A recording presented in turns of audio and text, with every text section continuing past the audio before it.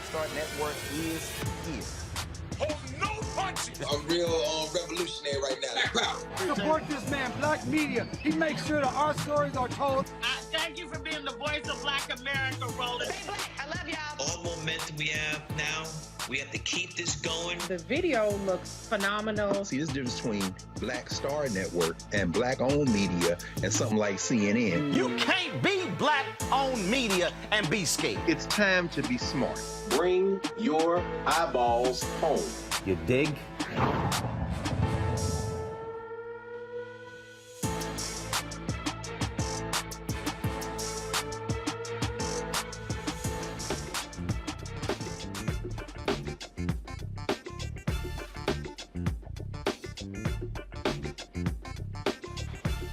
Today is Tuesday, August 30th, 2022. Coming up on Roland Martin Unfiltered, streaming live on the Black Star Network. A small-town North Carolina mayor takes down a Confederate monument. Oh, white folks are pissed off, and the Klan is really upset, passing out leaflets in town. We'll talk to Mayor Mondale Robinson about what is happening in his city. Plus, the state has launched an investigation of that. Also, I have an update on the Duke-BYU saga. Duke's United Black Athletes Executive Board, they issued a statement regarding the issue. We'll also talk about the latest drama with Florida A&M and the football team. The lawyer for a top player says that he was misadvised by administrators on what classes to take. That's why he got a 4-game suspension from the NCAA.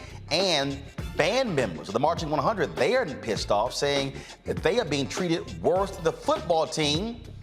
Wait till I tell you about them taking 13-hour bus rides, having to eat cold meals, and not even being able to shower after games. Yeah, I don't know what's happening down in Tallahassee. Also, on today's show, folks, Mississippi's largest city has a water crisis. Jackson, Mississippi residents are being advised not to drink the water. That's coming from the governor. But why isn't the governor partnering with the mayor on this very issue? Yeah, we'll sit here and talk about that issue as well. Folks, a lot of things going to be covering here on Roland Martin Unfiltered.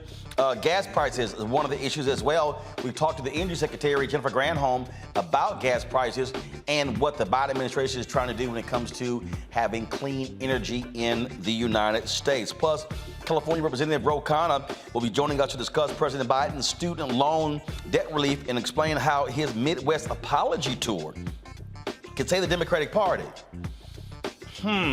Let's unpack that, folks. In our marketplace segment, a black woman found a solution to what she calls overload bag syndrome. Yes, overload bag syndrome, creating a multifunctional designer bag. We'll show you that right here on the show. It's time to bring the funk on Roland Martin Unfiltered on the Black Star Network. Let's go. He's got it. Whatever the miss, he's on it. Whatever it is, he's got the scoop, the fact, the find. And when it breaks, he's right on time and it's rolling. Best believe he's knowing. Putting it down from sports to news to politics. With entertainment just for kicks, he's rolling. It's on Go Roll, y'all. It's Roland Martin, yeah. Rolling with Roland now. He's funk, he's fresh, he's real, the best, you know he's Roland Martin now.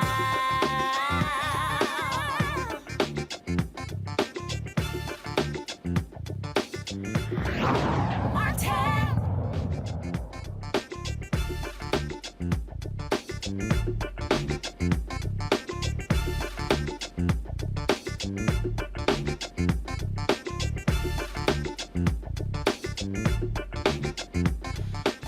All right, folks, black mayors all across the country, they are sick and tired of Confederate monuments, and the mayor of Enfield, North Carolina, took down one of those monuments. Mondale Robinson said enough is enough. He replaced a white Republican mayor in that particular town in North Carolina. The decision to topple the 94-year-old monument on Sunday night was based on the best interest of the nearly 2,400 people who live in the city, 85% of them black.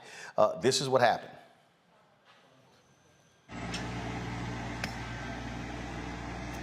Yo,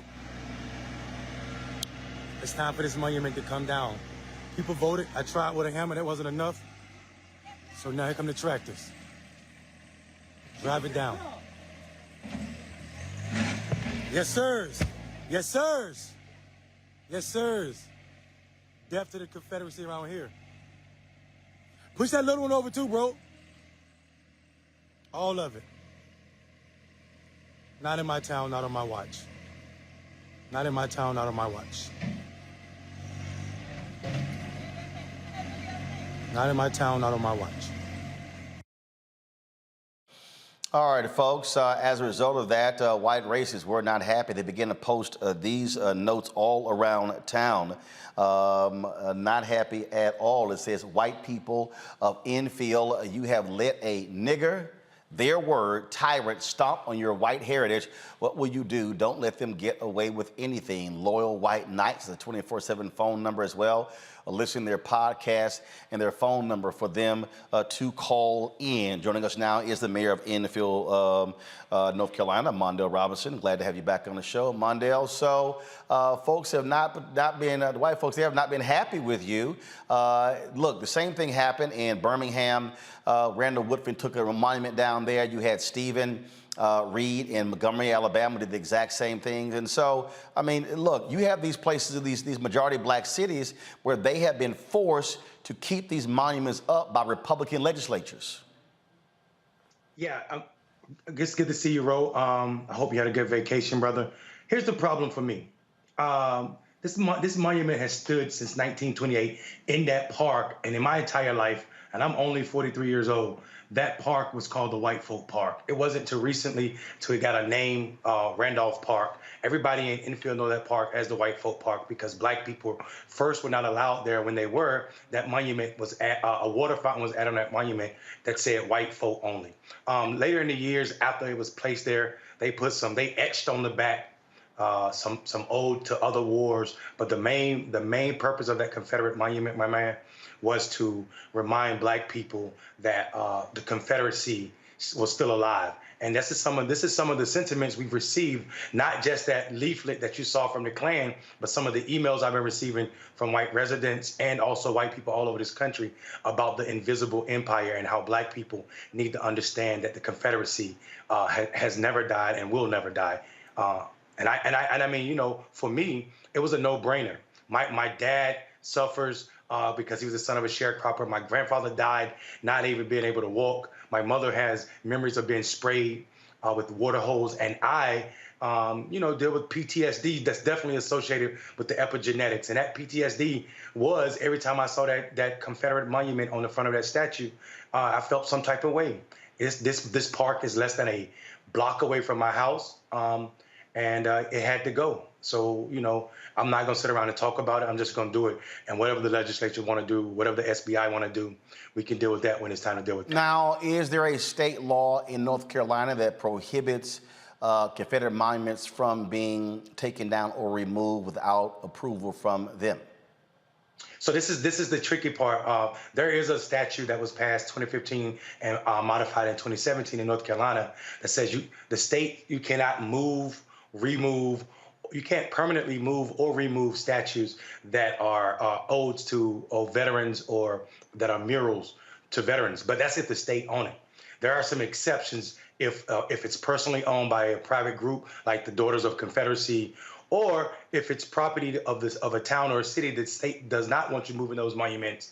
But my board voted 4-1 to remove it, so I did that, knowing that we had exceptions. There are exceptions for moving monuments if it poses a public safety or a risk to the public health. And I feel like black children seeing this monument in the front of swing sets at a park is definitely a threat to their personhood.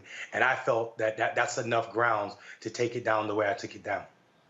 And so with this, with that particular statute, in the case of Alabama, there's a fine. There were people who stepped up, paid the fine in Birmingham, paid the fine in Montgomery, and they moved on. What are the repercussions you might face in North Carolina?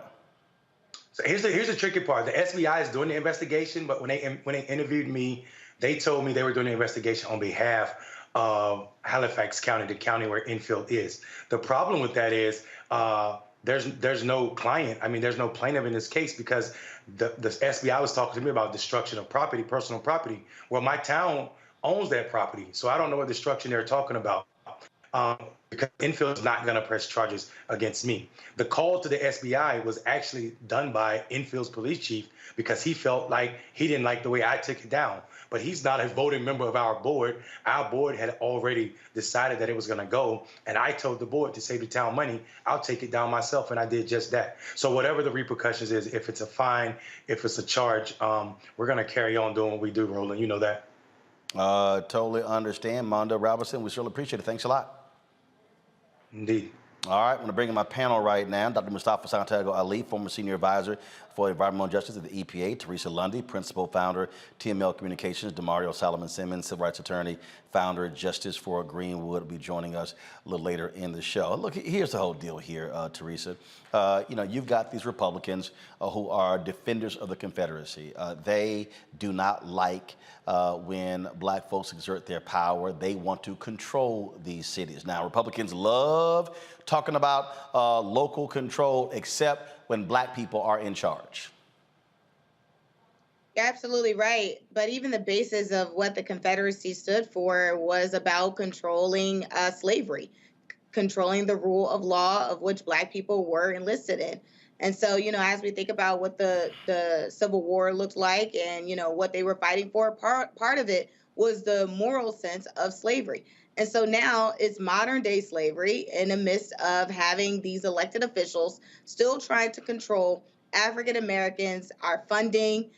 They come with different laws and, also just try to matriculate different things that really don't have a hold on some of our communities. So it's definitely important that we start to understand and what it looks like, and also the senders of these messages who say they fight against slavery, but yet we keep seeing time and time again when their claws actually hang out for this. And the thing here, Mustafa, it is simple. These Republicans do not want black folks determining their own fate. They want to force black residents and black elected officials to have to keep these Confederate monuments. They want to keep the Confederacy alive, and that is today's Republican Party in Mississippi, in Alabama, in South Carolina, in Georgia, in Arkansas. We could go on and on and on. It is in the South.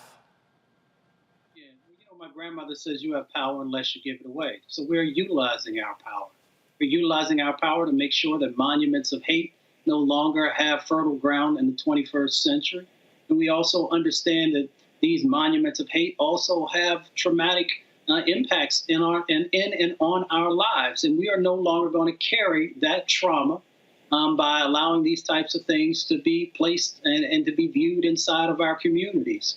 So I'm very, very happy that the mayor moved forward in the way that he did and the decisiveness of the way that he did. And I hope that all of us will also back him up. If there's a fine, we should make sure that the money is raised in a matter of minutes to make sure that that's taken care of. I just get a kick out of the folks, again, who do all they can to defend this nonsense. All right, folks, got to go to a break. We come back on Roland Martin Unfiltered. We'll talk about President Joe Biden challenging Republicans, saying, how in the hell y'all pro-law enforcement, but y'all pro-insurrection? Is the president finally getting tough on Republicans as we head to the midterm elections? We'll discuss that next. You're watching Roland Martin Unfiltered on the Black Star Network. Don't forget to download the Black Star Network app, available on all platforms: Apple phone, Android phone, Apple TV, Android TV, Roku, Amazon Fire TV, Xbox One, Samsung Smart TV. By joining our Bring the Funk fan club. Our goal is, again, folks, we need to get $100,000 this month from our fan base. We are at about 85,000. So if you can send your check and money orders to P.O. Box 57196, Washington, D.C. 20037-0196. Cash App is $RM Unfiltered. PayPal is R Martin Unfiltered. Venmo is RM Unfiltered. Zelle is Roland at RolandSMartin.com. Roland at RolandMartinUnfiltered.com. We'll be right back.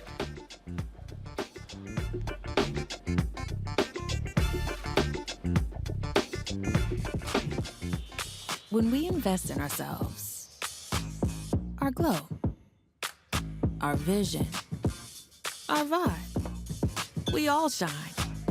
Together, we are black beyond measure. hatred on the streets, a horrific scene, a white nationalist rally that descended into deadly violence. White people are losing their damn minds. As an angry pro-Trump mob storms the U.S. Capitol, we've seen shooting. We're about to see the rise of what I call white minority resistance. We have seen white folks in this country who simply cannot tolerate black folks voting. I think what we're seeing is the inevitable result of violent denial. This is part of American history. Every time that people of color have made progress, whether real or symbolic, there has been what Carol Anderson at Emory University calls white rage as a backlash. This is the rise of the Proud Boys and the Boogaloo Boys. America, there's going to be more of this. Here's all the Proud Boys, guys. This country is getting increasingly racist in its behaviors and its attitudes because of the fear of white people. The fear that they're taking our jobs, they're taking our resources, they're taking our women. This is white fear.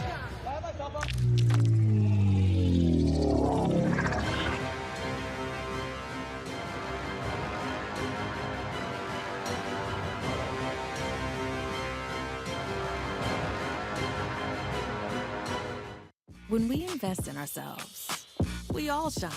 Together, we are Black beyond measure. Pull up a chair, take your seat. The Black Tape with me, Dr. Greg Carr, here on the Black Star Network. Every week, we'll take a deeper dive into the world we're living in. Join the conversation only on the Black Star Network. Peace and love, everybody. I'm Purple Wonder Love. Hey, I'm Donnie Simpson. What's up? I'm Lance Gross, and you're watching Roland Martin Unfiltered.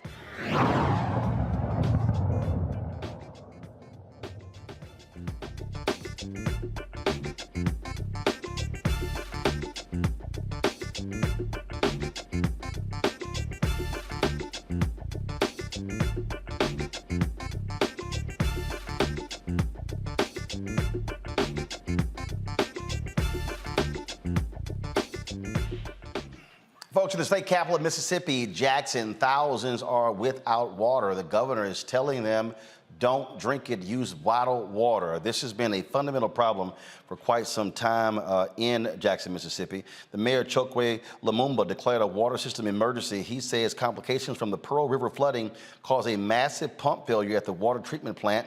The governor, Tate Reeves, issued this warning. Please stay safe. Do not drink the water. In too many cases, it is raw water from the reservoir being pushed through the pipes. Be smart. Protect yourself. Protect your family. Preserve water and look out for your fellow man and look out for your neighbors. Reeves said the cause of the problem is unknown. The city-run water treatment plant has been poorly operated and understaffed for years. When the governor made the announcement, the mayor was not there. Joining us now, Jackson, Mississippi Council Member and Alpha Man, Brian Grizzell, who represents Ward 4. Glad to have you here, Frat. First and foremost, Mississippi got more than $400 million in infrastructure money last year. Where in the hell did the money go? It was supposed to be specifically for pipes and water treatment facilities.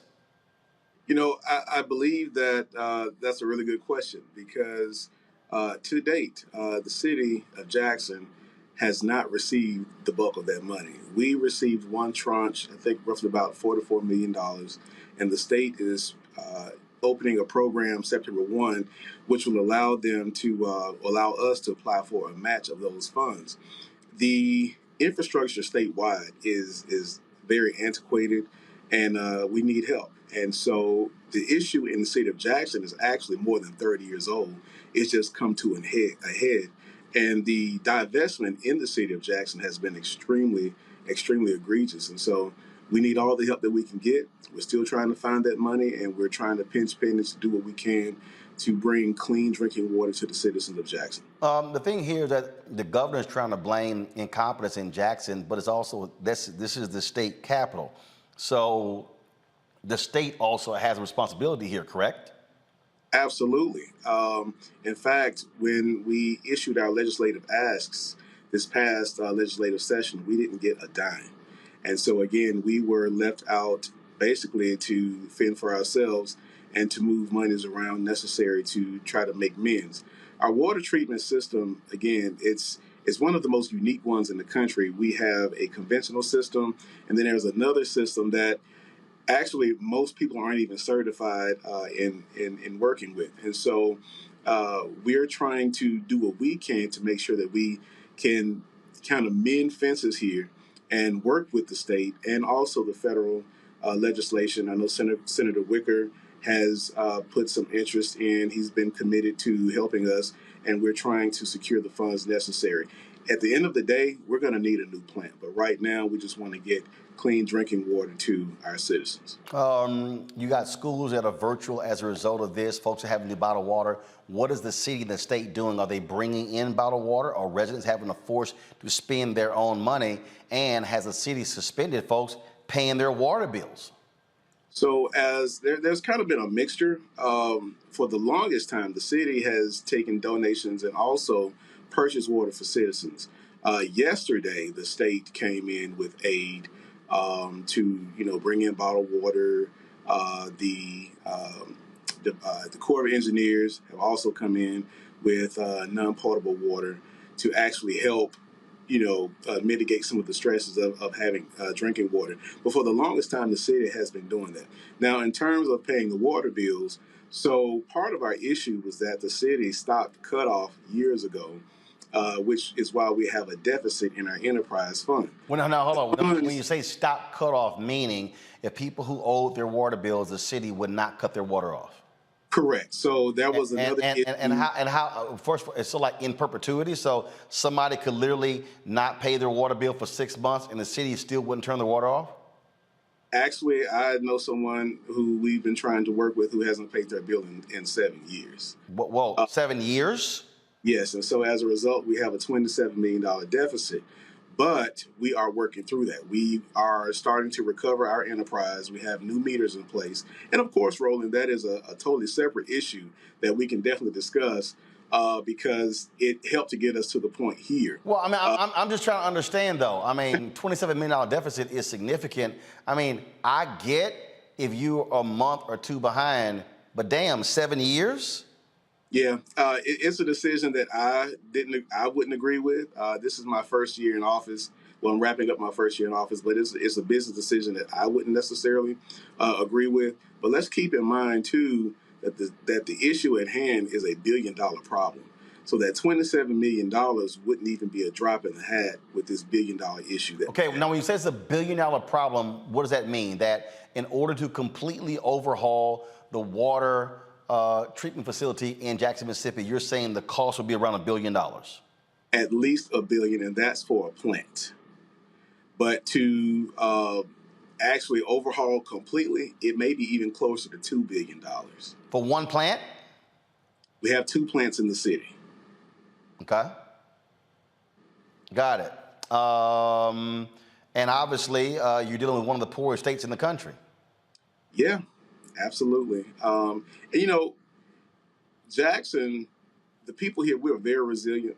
We've always had to figure out ways to fend for ourselves because of the level of divestment that has taken place.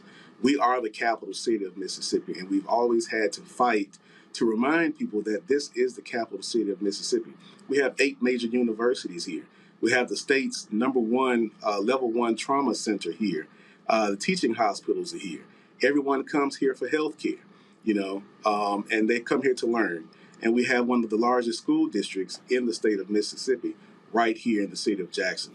And so a lot of other areas, of course, a lot of resources end up in these other areas, and we've just been basically drained dry of a lot of resources. But we continue to fight for our fair share, and we continue to make do with what we have. All right, Councilman Grizzell, Jackson, Mississippi. We surely appreciate it. Thanks a lot. Thank you. Mustafa, I want to start with you. I mean, this is what we're talking about when the president passed the massive infrastructure bill. Republicans fought it, although they love the money, and then taking credit for it. And this is what happens in America. I say this all the time. Americans, whether you're on the city level, county level, state level, federal level, we wait for stuff to break, and then we go, oh, you know what? We might want to go ahead and fix that now. I mean, the idea of being ahead of the curve is just lost because everything in this country is, oh, that's going to cost too much. until it completely breaks down. When it breaks, it costs us twice as much, sometimes 3-4 times as much. So let's be clear about what's going on in Jackson. You know, when you look at Mississippi, we know the long history of racism, and that racism actually making its way into policy and the disinvestments that have happened in a number of Black towns and cities across Mississippi. Now, Mississippi is not the only place. We also know that dollars have been sitting in something called the State Revolving Loan Fund. So the feds send money to the states, and then the governor or a commission determines the areas that they are going to then invest dollars in. And we know that there have been a number of governors across the South who have refused to move forward on those water infrastructure dollars that are so critical. Now, one of the things that we should do is for the loan programs, we got to make sure that they are, at a place where those cities that are having challenges can actually, utilize those dollars. But the other part of it is we also got to continue to expand out the grants so that people don't have to pay those dollars back, even when they're low interest loans. So the reality of the situation is across the South, we've had those governors that refuse to make the investments to build infrastructure or rebuild infrastructure, and then in some places, deal with the crumbling infrastructure that's going on. Teresa, I'm going to go back to what I said when it came to Confederate monuments. You have these Republican legislatures, Republican governors who want to bleed Democrat cities, Black cities. They want to force them to fend for themselves. You're absolutely right. And this is a prime example. I think, when we had the American Rescue Act plan where they announced millions of dollars were going into states, I'm really looking for the governor here. I was looking for, some statements, some operational plan to actually help this city out of this strategy with the funds that they received. There's no reason why, we're still, just putting Band-Aids on this situation when clearly there's a problem. When people and businesses and communities are flooded, that ultimately has other repercussions. And I'm not sure why on the federal side, it's the funds aren't matriculating, and also on the state level, why the funds aren't being given to the states so they can actually have that forward thinking. It shouldn't have taken an election year in order for it to probably change, because these people need it right now. DeMario, when we talk about again, we just one thing after another, and again, we can go from city to city and we see this. We see environmental racism. We see the lack of building. We see folks wait until bridges collapse, then go, oh, let's fix it. Then they say, oh, well, we got schools and other buildings, and it's one thing after another. This nation just doesn't give a damn about infrastructure, because everything is, it's going to cost so much money. Yet it's amazing how we can find money to give the military 40 and 50 billion more than even asked for, more than in the Biden budget. How we keep spending money there. If you want to understand a country's priorities, look at where they spend their money, and then they say, well, we don't have any money to fix it. But then again, when something collapses, people die. Folks can't go to work. And look, we talk about water here. Look what happened in Flint. There are people in Flint, Michigan, who lost children because of the infected water. There are individuals there whose generational lines are going to be impacted because of the lead poisoning that is in their bodies. Folks are going to be monitored for the next 30 years. You're now talking about that's now in the DNA of folks. So people may think, okay, yeah, it's water, but something as basic and fundamental as water has generational impact when your systems get destroyed and the people are infected as a result. Hey, man, good to see everybody tonight. A few things. Number one, yes, it is water, and that's the most basic element of life. You have to have water to drink, to bathe in, to sustain life. And when you're talking about even utilizing bottled water, that is not a solution. I mean, you know how many bottles of water it takes to fill up a tub? I mean, you're talking about 100 bottles of water. So that's number one. This is a massive issue. Number two, Roland, I think we want to continue to reiterate what you said off the top. This is a systematic disinvestment into Black-led and or Black majority cities. This is purposeful. They want this to happen to Jackson. They don't care that this has happened to Jackson, because although we're looking at some white people on this video. Jackson is a majority black city, and it's ran by majority black politicians, including their very progressive, the mayor. So they want to see the systematic failure. These things do not happen in suburban America. These things do not happen in white communities. This is in black communities. This is a direct result of Reaganomics. This is a direct result of how Republicans hate public services. They hate public services because that means that black people may have some equitable portion of it. So instead of letting us get an equitable portion of it, they'd rather just destroy everything. And the third thing I want to say here is this is directly tied to a court case that just happened last week, where the Fifth Circuit upheld a Jim Crow era voting law out of Mississippi.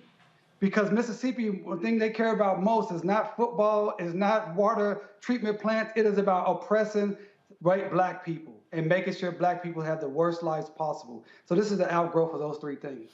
Folks, I talked today with Energy Secretary Jennifer Granholm, not only about gas prices, but also about improving the nation's infrastructure when it comes to energy. Here's our conversation.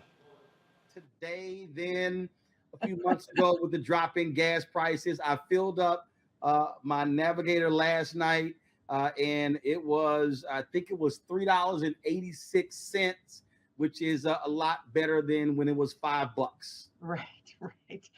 And you got a Navigator. You were paying a lot of money to fill that up. I know. I got a lot of people and a lot of TV gear. Yeah, well, the good news is that really this has been dropping every day practically for the past 11 weeks. And it's because the president decided that he was going to release 1 million barrels a day from our strategic petroleum reserve, which of course we've got millions of barrels there in case of an emergency.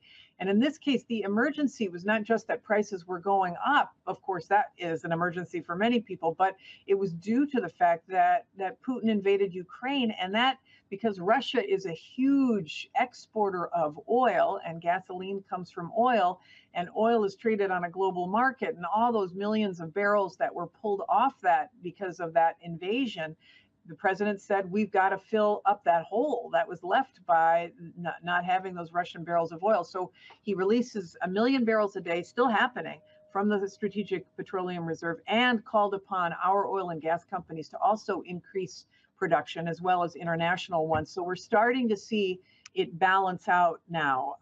And the release from the Strategic Petroleum Reserve will probably will stop in October. And our Energy and Information Administration projects that where we're at right now is probably where we're going to be through the end of the year. How do you respond when your Republican critics say that President Biden has made it harder to produce gas in the United States? We've fallen behind other countries. Yet when I talk to environmentalists, they say there are thousands of permits that oil companies are not taking advantage of. Yeah, in fact, that is definitely true. Lots of acres that are not being used. But here's the thing is that we will be at record levels of oil production next year. So the fact that the notion that the Biden administration is somehow stopping production is just not accurate. I think that was an argument they may have waged 6 months ago, but they know that that's not true. I haven't been hearing that lately because, in fact, we have been exporting and extracting all manner of oil and natural gas as well. We are at record levels of exporting of natural gas. So. But I will say this, Roland, what's really important is that the president recognizes we're in this moment right now where supply did not meet demand. Demand was going up, supply was not there, and that's why he wanted to increase supply. But ultimately, it demonstrates that we have to move to clean, reliable energy. And that's why he's really put a big emphasis on moving in that direction so that we can, plug in electric vehicles and have solar panels and all of that, and to bring down the prices of all of those so that everyday citizens can take advantage of it. That's really what the Inflation Reduction Act is all about, is making products accessible to people so that they don't have to pay as much for fuel.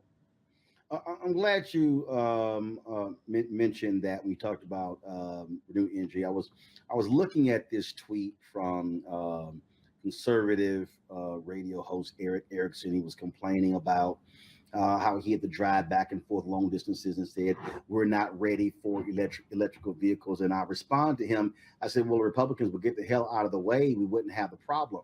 I said the solar panel industry was an American invention. They ripped President Jimmy Carter when he put solar panels on top of the White House. Now China is a leader. I said, well, if Americans had embraced solar panels, we would not be behind China. We talk about the power grid in this country. It greatly needs to be upgraded. It's amazing to me the number of people who don't understand. Well, if you block the ability to move forward with electric powered vehicles, you don't put enough power stations out in the country, then you're always going to be running from behind. Right. And this is what's so great about this Inflation Reduction Act is that it incentivizes the building of solar panels in the United States. Solar, by the way, is the cheapest form of energy in most places. As you can imagine, it's just the sun beaming energy at us all the time, and we can capture it, harness it. You can plug in an electric vehicle and you have solar panels. You know what? You pay the equivalent of about $1 per gallon to drive an electric vehicle versus driving a regular gas-powered vehicle. And the Inflation Reduction Act doesn't just incentivize solar panels. It incentivizes the making of electric vehicles in the United States. It incentivizes the making of wind turbines and all of the parts for wind turbines and the batteries for electric vehicles. It creates a whole clean energy industry in the U.S., which ultimately will make us more energy secure and not have to rely so much on the volatility that is coming from imported or fossil fuels. So what's really exciting to me is that the president has said, no more are we going to stand by and let China take these manufacturing jobs. We're going to bring them back to the United States. We're going to put people to work, and we're going to give people cheaper energy. And that's a really great thing. And that, on that point, that's what I'm just terribly confused by when I listen to critics. You're talking about, well, if we produce our own solar panels, that's jobs. If we're producing power stations, that's American jobs. If we're upgrading our grid, that's job. I'm just trying to understand, why is it has to be either or? Oh, fossil fuels, but we can't do what they call green, when in fact it actually helps us in the long run and it helps us economically.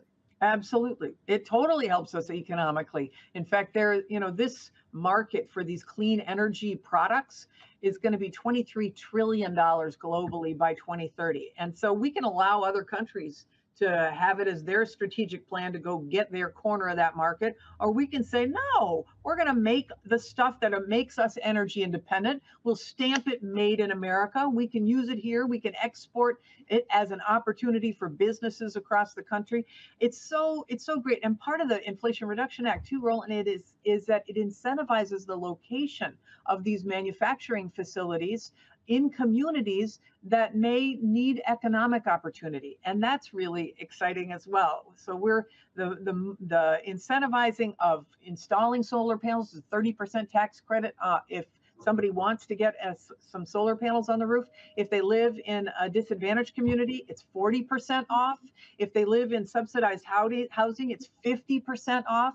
There's money to weatherize and retrofit your home. If you fall under a certain income level, you can get your whole home weatherized for free, including energy efficient appliances and new windows and insulation.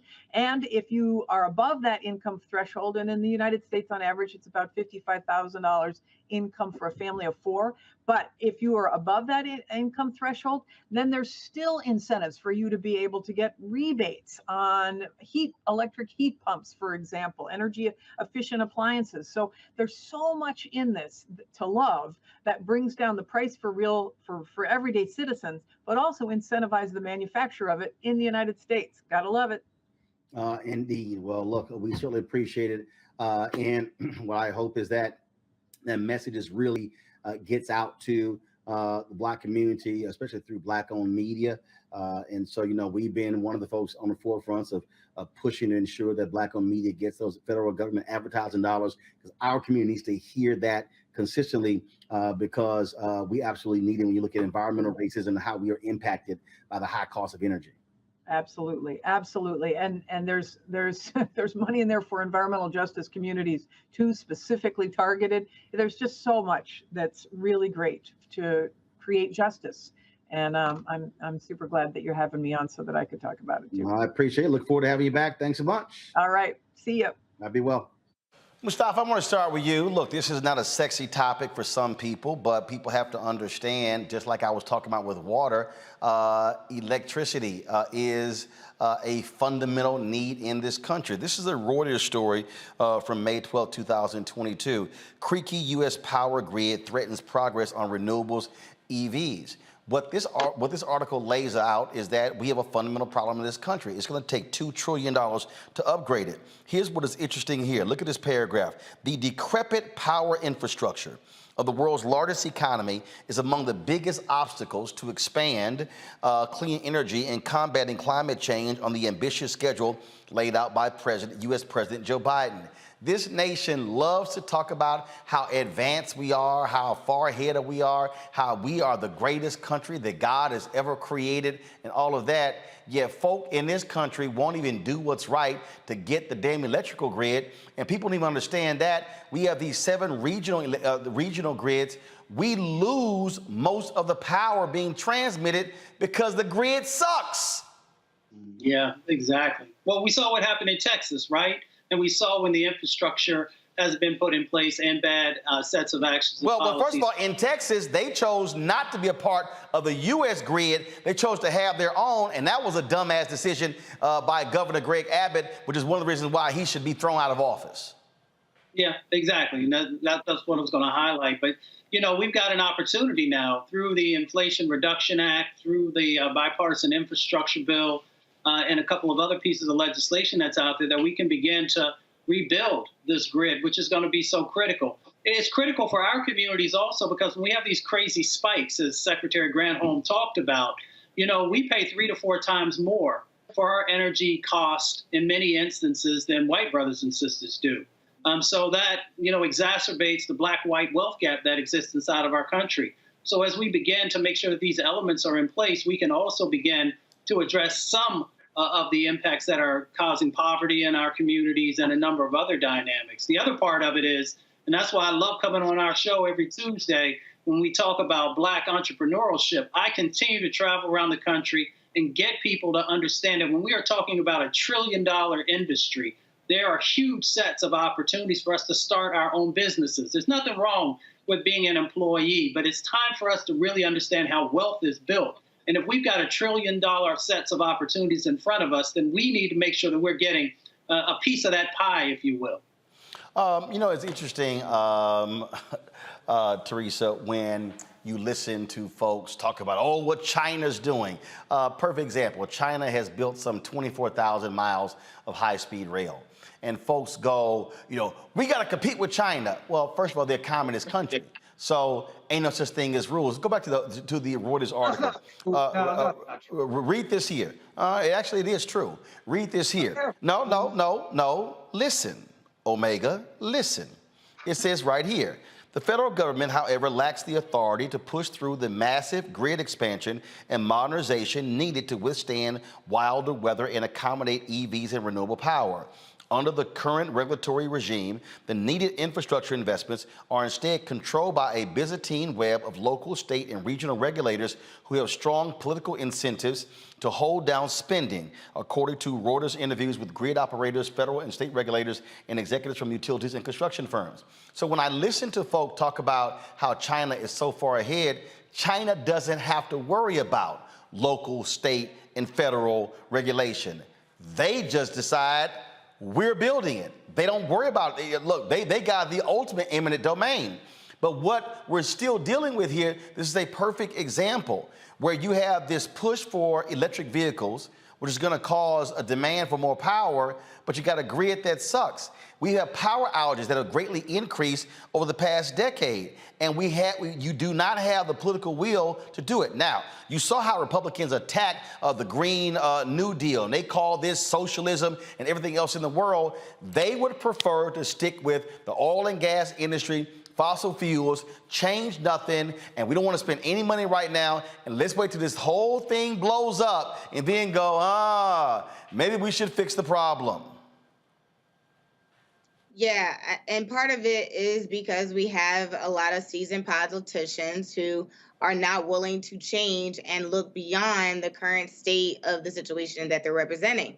And so, we have a lot of folks that's talking about the Green New Deal, that's talking about, the $1 billion investment that we can actually invest in energy, sufficient utilities. But yet, there is no forward thinking. So I think part of the solution could be is that, Biden, and I think this is a really good opportunity for Kamala to really, just walk the legislations, Kamala Harris. Oh, the vice president. Our vice president, yes, Vice President Harris, to really, guide some of the initiatives that they've already passed. I think if they do that, it really would give cities and states a real opportunity to kind of, start to rethink their best practices and forms so we can actually figure out, what the path looks like in the next 20 years, because in the next 5 years, we don't know.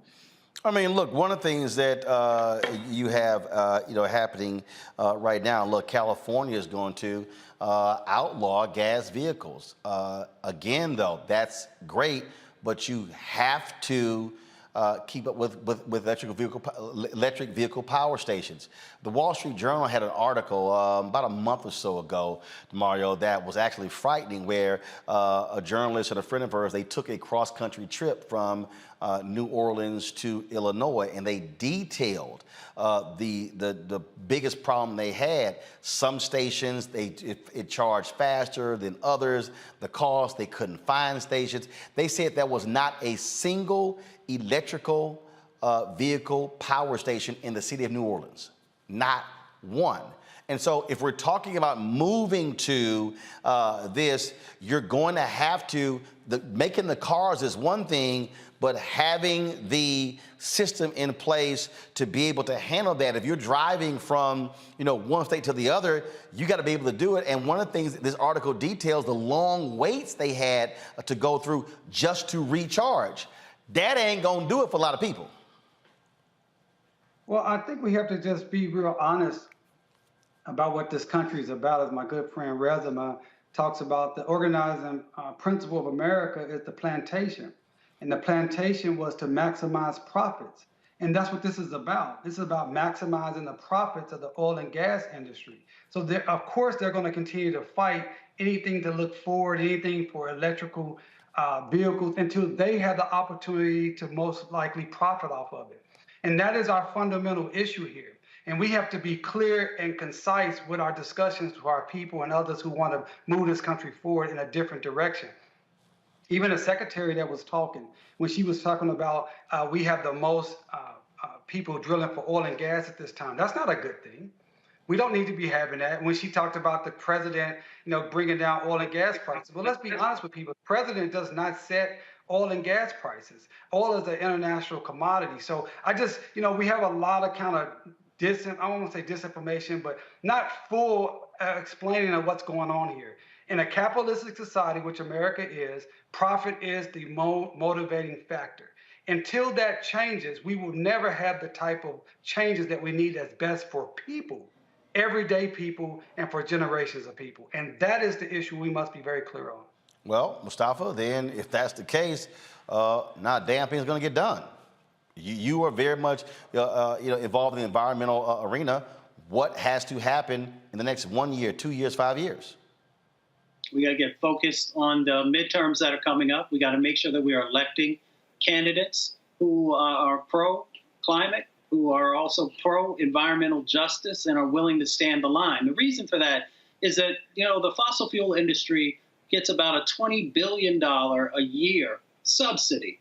And then they take those dollars, they utilize some of them, but a lot of that goes back into politics. And that's the reason that you've seen many of these politicians taking these hardline stances that they have, even when the science tells them that we have to make these moves. And even when they open up their windows or look out their doors, these climate crises that are going on. So we should be very clear about how big money is playing a role in what's going on. We should also be very clear that when you talked about the EV charging stations, that there have been dollars that are inside these bills to actually make sure that we are building out that grid of EV charging stations across the country, and also taking into consideration that everybody doesn't own their home, so that we've got to make sure that if someone's living in an apartment building or something like that, that there's also these opportunities to build out the network of charging stations. And I'll just leave you with this, Roland. You just filled up the Navigator, I believe it is, this past weekend. I just charged up my ride. It was $12.57.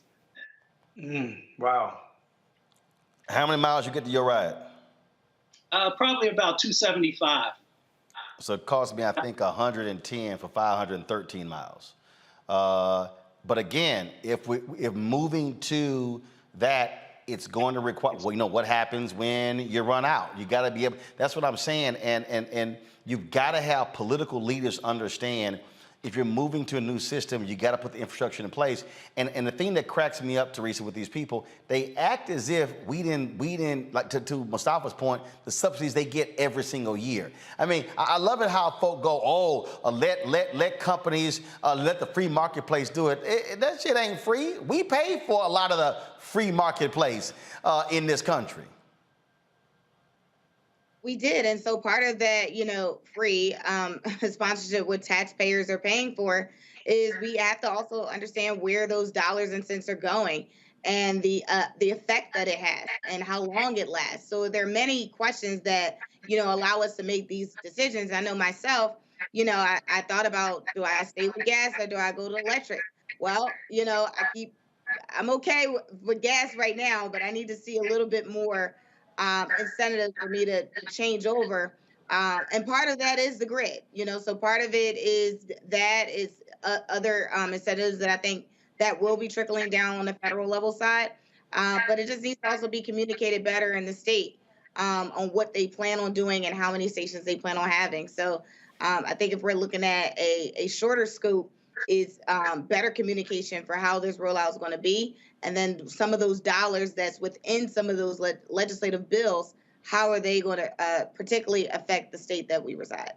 Indeed. All right, folks, going to go to a quick break. We come back. An update on the fiasco that took place at Brigham Young University with the Duke volleyball team as well as the BYU volleyball team, and racial insults being hurled at one of Duke's only black starter. You're watching Roland Martin Unfiltered on the Black Star Network.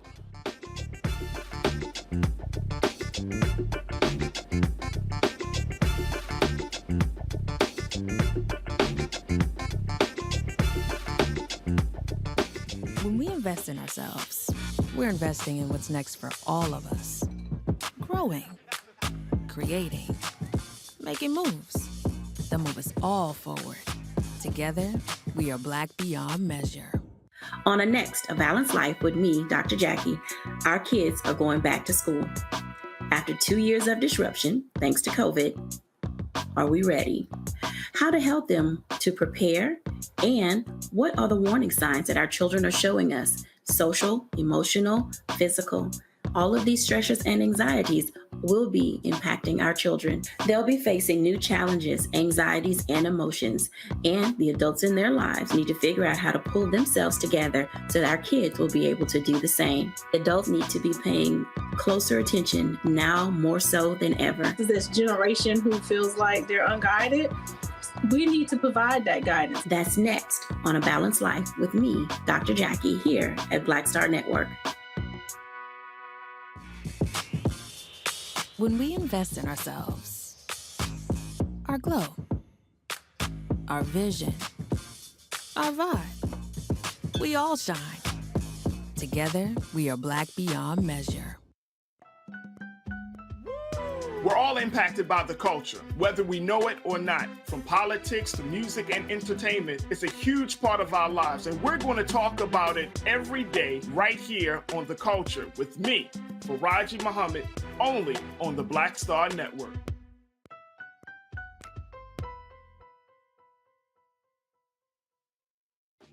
Hey, I'm Antonique Smith. Hello, everyone. It's Kiara Sheard. Hey, I'm Taj. I'm Coco. And I'm Lily. And we're SWV. What's up, y'all? It's Ryan Destiny, and you're watching Roland Martin Unfiltered.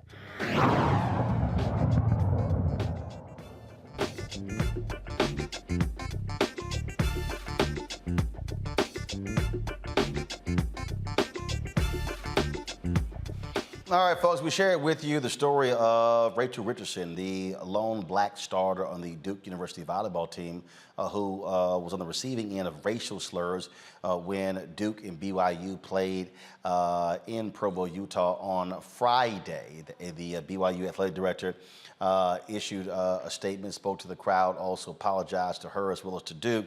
Now the Duke United Black Athletes Executive Board, they also released their own statement with regards to what took place.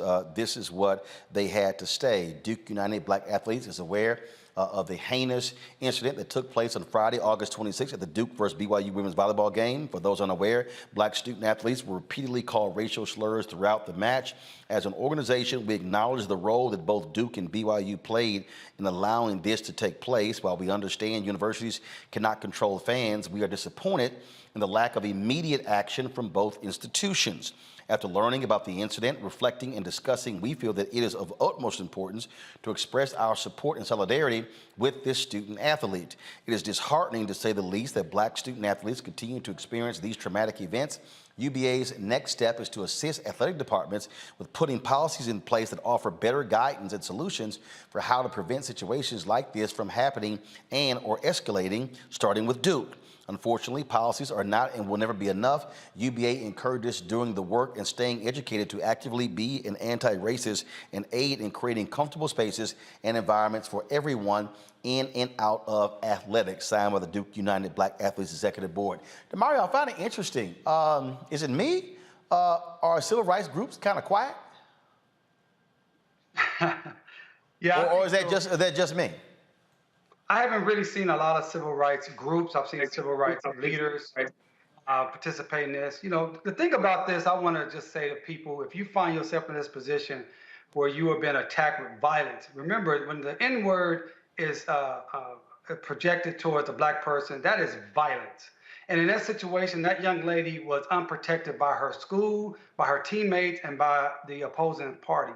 What needs to happen in this situation, if you find yourself, those who are listening, all of our audience members, number one, resist the urge to try to prove your humanity to the ignorant white person that's heaping violence upon you. You do not have a duty to prove how nice you are. You do not have to say, hey, I want to prove to you I'm a nice person and talk to them about what would Jesus do and all that stuff. This person is proven to be a racist and a violent one at that, to spew the N-word towards you. Number two, if you're in an educational setting, you need to file a Title VI complaint with the Department of Education.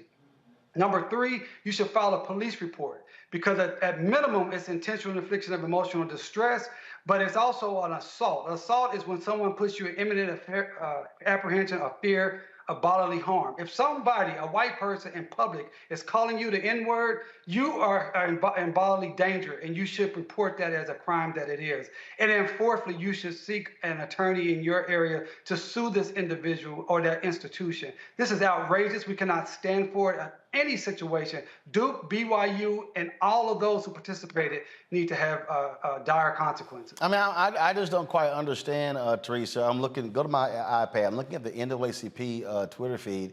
I see a post last night about Serena's daughter watching her play. I literally don't see a single post from the NAACP regarding what took place with this student at BYU. What the hell?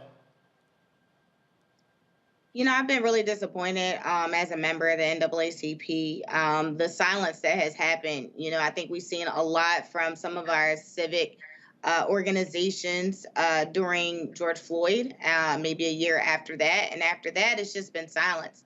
When there has been crimes committed against young people in particular, but also athletes. And when we need help, it seems like, you know, it's unfortunately individuals have to contact an attorney, Benjamin Crump and some of the rest of the national individuals who can garner some of the attention to those issues in order to get support. And that's not what some of these organizations were formed are about.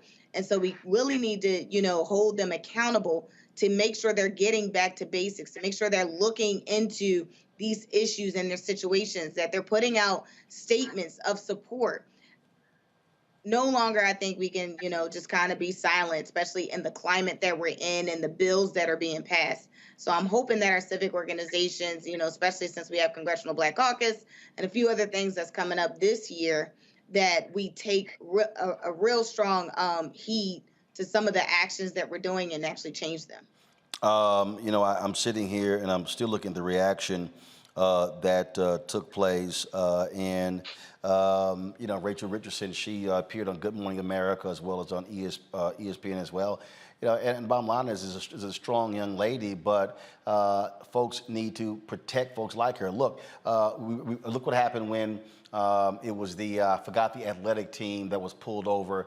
Were they a volleyball team too? I can't remember, in Georgia by the state troopers and on total BS charges.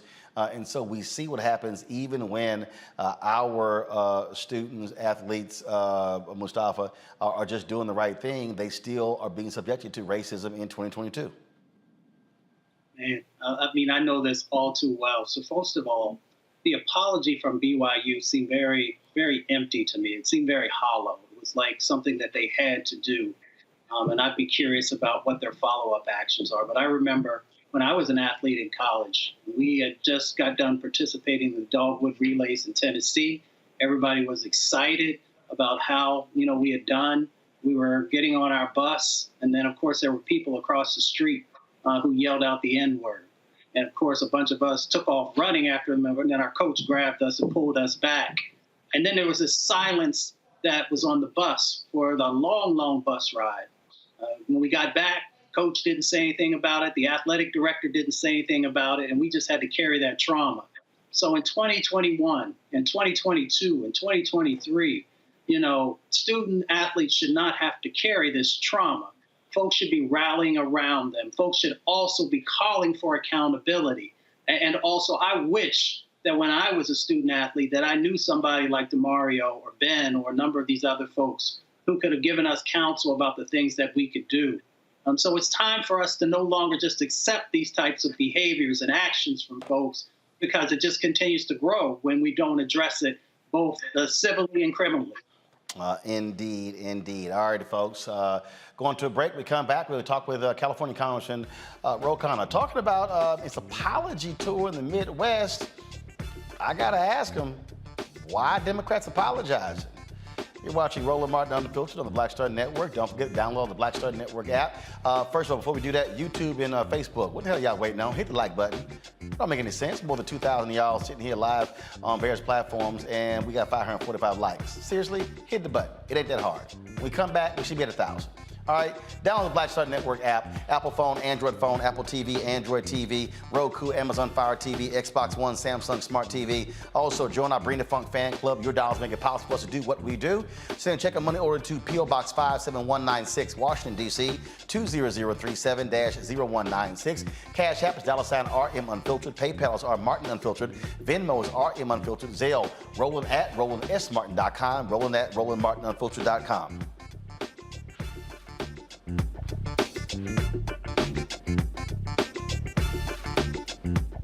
When we invest in ourselves, we all shine. Together, we are Black beyond measure. Don't you think it's time to get wealthy? I'm Deborah Owens, America's Wealth Coach, and my new show on the Black Star Network focuses on the things your financial advisor or bank isn't telling you. So watch Get Wealthy on the Black Star Network.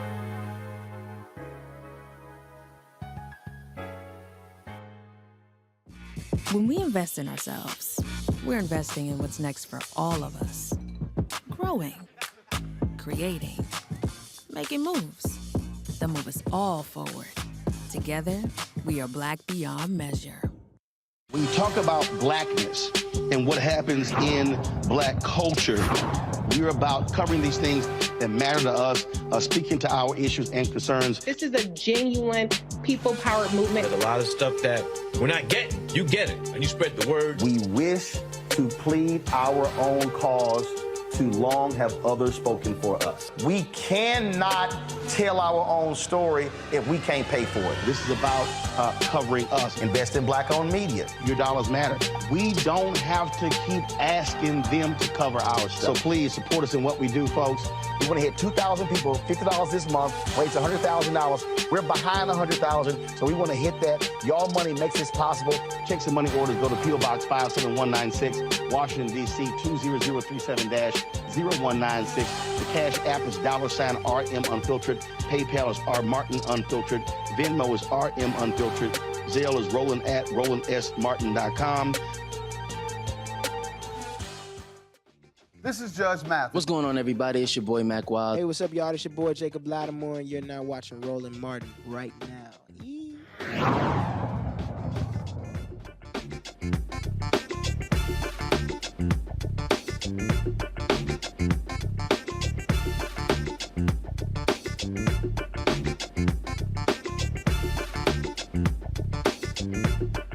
You look at politics, Democrats have been losing significant support in the Midwest among white voters. They've been holding steady when it comes to black voters. Whenever you hear the phrases, the working class, man, they ain't talking about black people.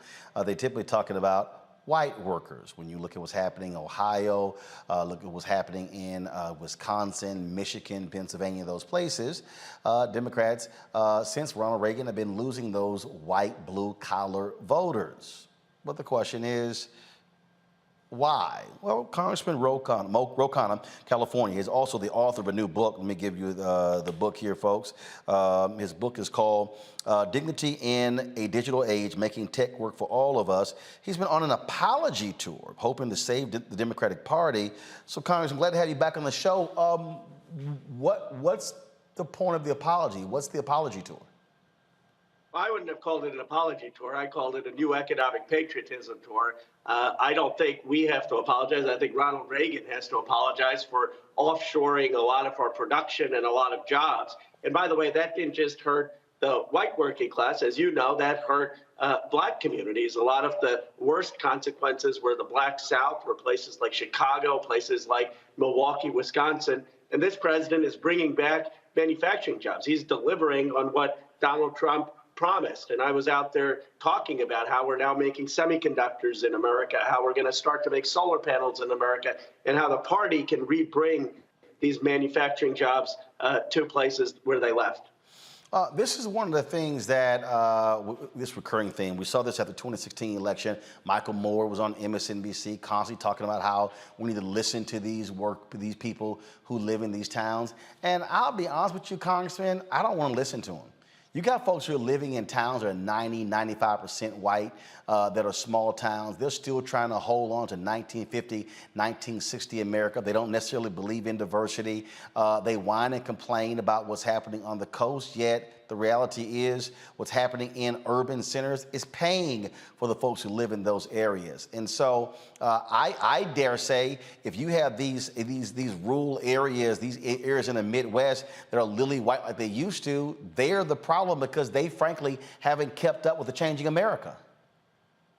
Well, but this is not just a problem in white towns. I mean, I was in Chicago. I talked to a steel worker, African-American steel worker, who's 45 years old. He said that when he was growing up, folks there made $30 an hour.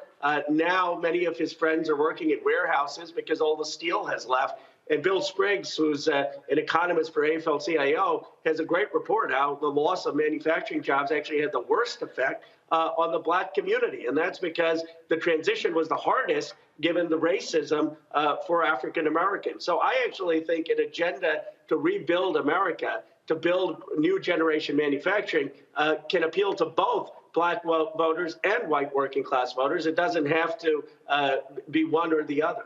So with regards to that, in terms of, so the conversations you're having, what are those conversations looking like? Because what is interesting is when I look at a lot of these places, they're getting screwed by the other party, but they're penalizing Democrats who are actually trying to help them. It is as if many of these people are voting against their own economic interest. Well, look, I think that obviously the neoliberalism that started with Reagan was the cause of it. But we have not done enough in this country to keep production here. I think we let too many of our jobs go offshore to China. We had this view that production didn't matter. We don't make masks in America again. We don't make baby formula in America. We don't make antibiotics in America. And I think the Democratic Party, you're right, actually has a vision of how we make things. The irony is I was saying that, and they said, well, wasn't Make It in America a Donald Trump thing? I said, no, it was actually an FDR thing. And then, of course, it was Lyndon Johnson who made sure that the FDR vision was inclusive to Black Americans, because the original New Deal, as you know, was not inclusive. So we as a party need to remind people that we're the ones that built the productive capacity of America and that we can rebuild it now, which is what this president is doing. Well, one of the things that we also are seeing, I'm going to ask you this question before I go to my panel, we are seeing a renewed focus on labor unions. For the longest, they were being chastised, criticized, losing significant support. That was a major Supreme Court case that many folks, even in the labor industry, thought was going to be their death knell. And I remember talking to Lee Saunders of AFSCME, one of the original partners of this show, and what he said to me was, he said, we got to get back to basics and explain to people exactly who we are. Folks, if you go to my iPad, this is what they put out. Gallup's, it says 71% of Americans now approve of labor unions. I think what you're seeing is you saw since Reagan this attack on labor unions as being bad for America. Now people realize, guess what? You got played. You've been screwed by corporations. They're sitting on, billions upon billions of dollars of cash, forcing high productivity, not paying folks fair wages, and now they are seeing the results of that. And so you're seeing Starbucks employees, Amazon employees, and others, folks who are in these states who are saying we need unions to protect us. You're absolutely right. I think it's one of the most hopeful things happening in America, the unionization at Starbucks, at Amazon, at Chipotle. I'm leading an effort in California to have fast food workers organized. It passed in the legislature, and now it's going to the governor's desk. It would allow the fast food workers to finally have a voice on what they're being paid. And Roland, one of the points with manufacturing jobs, the only reason they were good-paying jobs is because of unions. The unions actually fought to make those good-paying jobs. So I completely agree that we need to stand up for unions, strengthen unions. Our president has done that. I mean, unfortunately, the PRO Act passed the House, hasn't passed the Senate. But whatever we can do to strengthen unions and increase bargaining power will help workers across the country. Questions from my panel. I'll start with you, Teresa. Yes, well, thank you so much for bringing the clarity to the forefront. So is there something that we could do at home to kind of, make sure this doesn't happen again? Well, what we need to do, I think, is have massive investment in next generation industry, and to make sure that that's happening in all different parts of the country. Yes, in the Midwest, but also in the Black South, also in Latino communities, and have next generation technology investment with workers, and also making sure that they have access to technology. One of the things that I often talk about is the racial wealth gap will not be solved if we continue to have a racial wealth generation gap. And sitting in Silicon Valley, where we've got $10 trillion of market cap, Apple, Google, Intel, Yahoo, Cisco, and seeing, frankly, the exclusion of Black entrepreneurs, Black venture capitalists, Black leaders, there should be outcry over that. And I've been to particularly the Black South, where you have the gathering spot in Atlanta, you have this ambition, you have hunger, and we're not doing enough of a job of getting those folks the opportunities. I've tried to partner with tech companies and HBCUs. It's just scratching the surface. But I think we have to be far more intentional on giving people the opportunities for the next technology innovation and new manufacturing jobs. Mustafa. Representative Khanna, thank you for the work that you do. Follow lots of it, engage with you on some things. I'm curious, how do we make sure that there's real accountability and intentionality, both, in the new clean economy and some of the other parts of the economy that are going to be needed moving forward? So whether we're looking at the Bipartisan Infrastructure Bill, the CHIPS Act, or most recently the Inflation Reduction Act, we know that race was not allowed to be used as a criteria for some of the investments. So are there some steps, ideas, strategies that you have in making sure that the places that have been disinvested in now will actually have a fair shot? Yes, I think race should be a criteria. It was in the House version of what we passed. I mean, you look at Maynard Jackson and what he did in Atlanta, and partly that was because he had public funding supporting businesses. And we in the federal government spend about $80 billion on technology. Not much of that is going to Black entrepreneurs, Black vendors. And so our original view with this CHIPS and Science Act that passed out of the House said it not only had to be geographically diverse, it also had to be diverse in terms of racial communities. I regret that the Senate version, what ultimately passed, did not have some of those criteria. I think it's for the administration and Commerce to make sure that when people are applying for that funding, that the racial composition is factored in because too many communities are excluded from a lot of that funding. DeMario? Yeah, Representative, good to see you. I just want to tell you I appreciate all the work you've done on behalf of my community here in Tulsa with the Tulsa race massacre. I know you did a lot of work with my good mentee, Tyrone Billingsley, so I appreciate He's brilliant. Yeah, absolutely he is. And I just want to, a couple of things I want to talk about. One bill that is Representative Hank Johnson, which is House Bill 3466. It is to be able to people to move forward to get justice for the Tulsa race massacre. I hope you'll get your staff to look at that bill. Would love to see you as a co-sponsor on that bill. And another issue that we're working on here based out of Oklahoma, but impacts hundreds of thousands of Black people throughout this nation, are Black Native Americans who've been disenfranchised from their citizenship from the Creek, Chickasaw, Choctaw, Seminole nations. And they've been excluded for billions of dollars in federal funding and benefits because of that. Congresswoman Maxine Waters has been working really strong with us. Also, Congressman Danny Davis.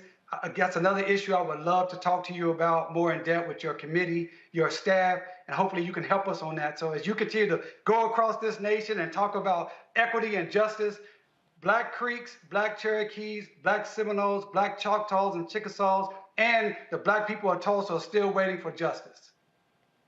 I appreciate that. I'm happy to get on Hank Johnson's bill. I really admire what Terrence is doing because obviously what happened in Tulsa was deliberate sabotage of the Black community succeeding. That's what it was, basically jealousy and envy that led to that. And he's trying to create a tech economy there and saying, look, we have to build an economy that can't be sabotaged. And I have tried to help him in making introductions into the tech community, but I'm happy to get on Hank Johnson's bill. I also agree with, by the way, I heard your earlier comments on that horrific racist incident against the volleyball player at Duke. And as someone, I actually transferred from Duke to Chicago, and I know this was 20 years ago, but for this to be still happening today, I mean, it is just appalling. And I agree with you that there should be legal action about that. There should be a police report. We had in Fremont someone who went to an Indian American and started hurling insults, and our DA actually pressed charges against that person. And by the way, being Black is very different than being Indian in this country. It's much, much worse in terms of the racism. And so I agree with you that we have to be far more aggressive on that incident. All right, Representative Khanna, I appreciate it. Your book is called Dignity in a Digital Age, Making Tech Work for All of Us. We certainly appreciate it. Thanks a lot. Thank you. All right, folks, when we come back, what the hell is happening at Florida A&M University? Their star linebacker has been suspended by the NCAA for 4 games. His lawyer says the university screwed up by not advising him properly on what credits to take when he transferred. Also, after last night's story, the Florida A&M band reached out to me, different members, saying they're being treated worse than the football team. Wait till I explain what's happening in Tallahassee.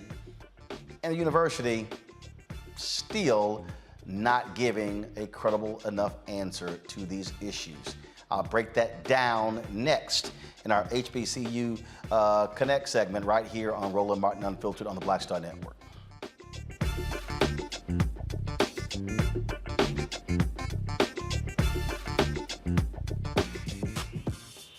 When we invest in ourselves, our glow, our vision, our vibe, we all shine. Together, we are Black beyond measure. Hatred on the streets, a horrific scene, a white nationalist rally that descended into deadly violence. White people are losing their damn minds. as an angry pro-Trump mob storms the U.S. Capitol. We've seen shots. We're about to see the rise of what I call white minority resistance. We have seen white folks in this country who simply cannot tolerate black folks voting. I think what we're seeing is the inevitable result of violent denial. This is part of American history. Every time that people of color have made progress, whether real or symbolic, there has been what Carol Anderson at Emory University calls white rage as a backlash. This is the rise of the Proud Boys and the Boogaloo Boys. America, there's going to be more of this. Here's all the Proud Boys, guys. This country is getting increasingly racist in its behaviors and its attitudes because of the fear of white people. The fear that they're taking our jobs, they're taking our resources, they're taking our women. This is white fear.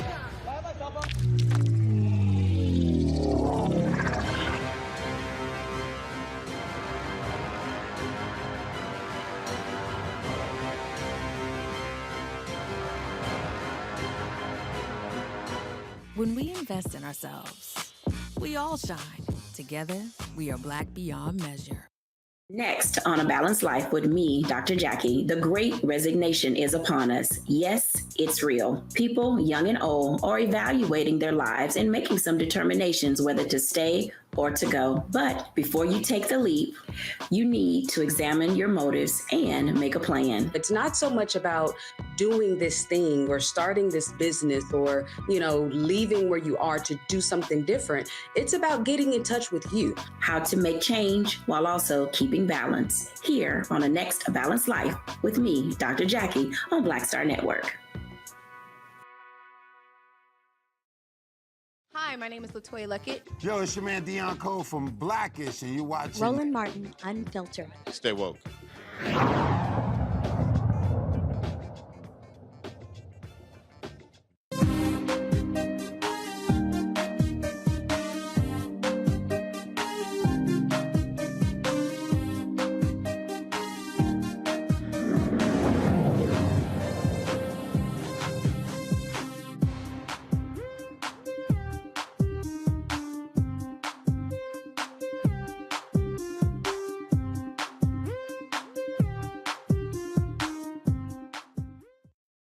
All right, okay, come on. I don't know what.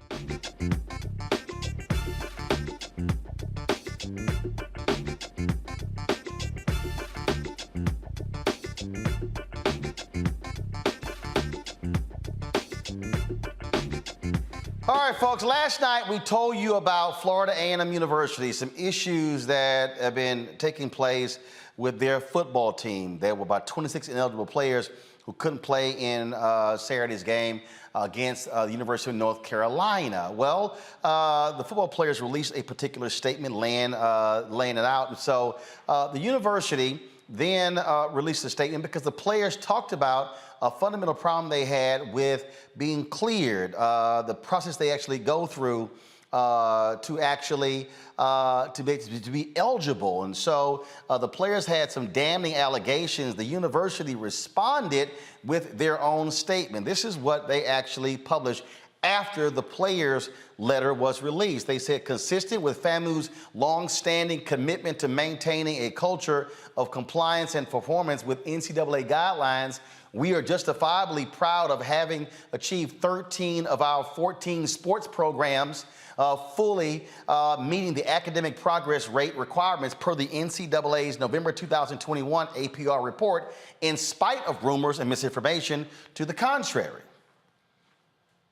Our compliance team, which includes partners from compliance, athletics, academic affairs, and student affairs, has been working diligently with athletics since fall of 2021 to implement plans for the remaining non-compliant program to meet the required APR score and join the others so that 100% compliance is achieved.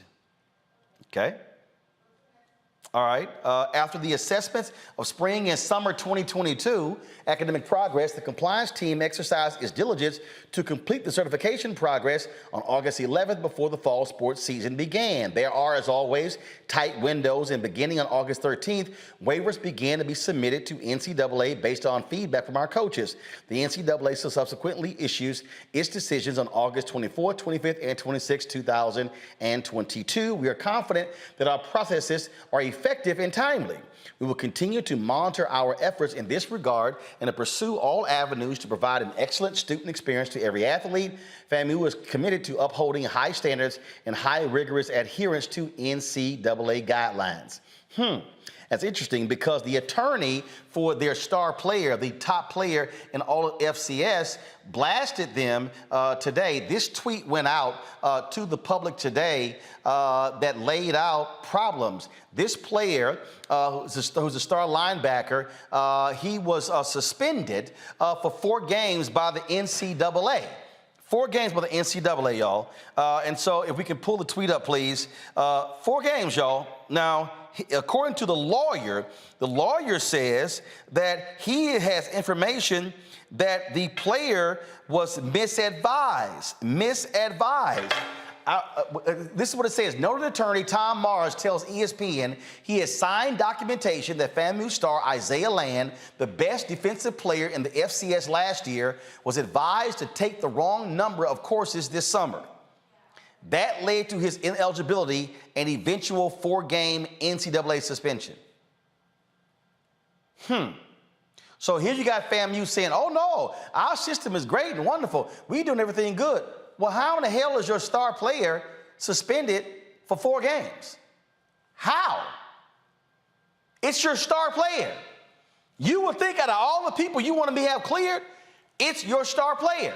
Now, after last night's report, now the Florida A&M band has been reaching out to me saying they're being treated worse than the football team.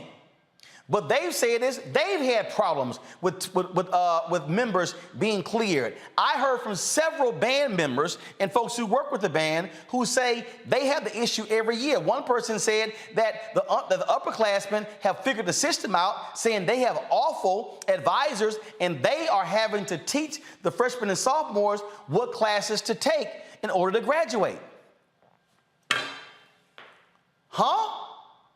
Really? Not only that, here you got the Marching 100, which is like the premier. Let's just be honest. The band is bigger than the football team, the basketball team, every other sports team. This is what they laid out to me. They said when they went to North Carolina, they took a 13-hour bus ride to North Carolina on Friday.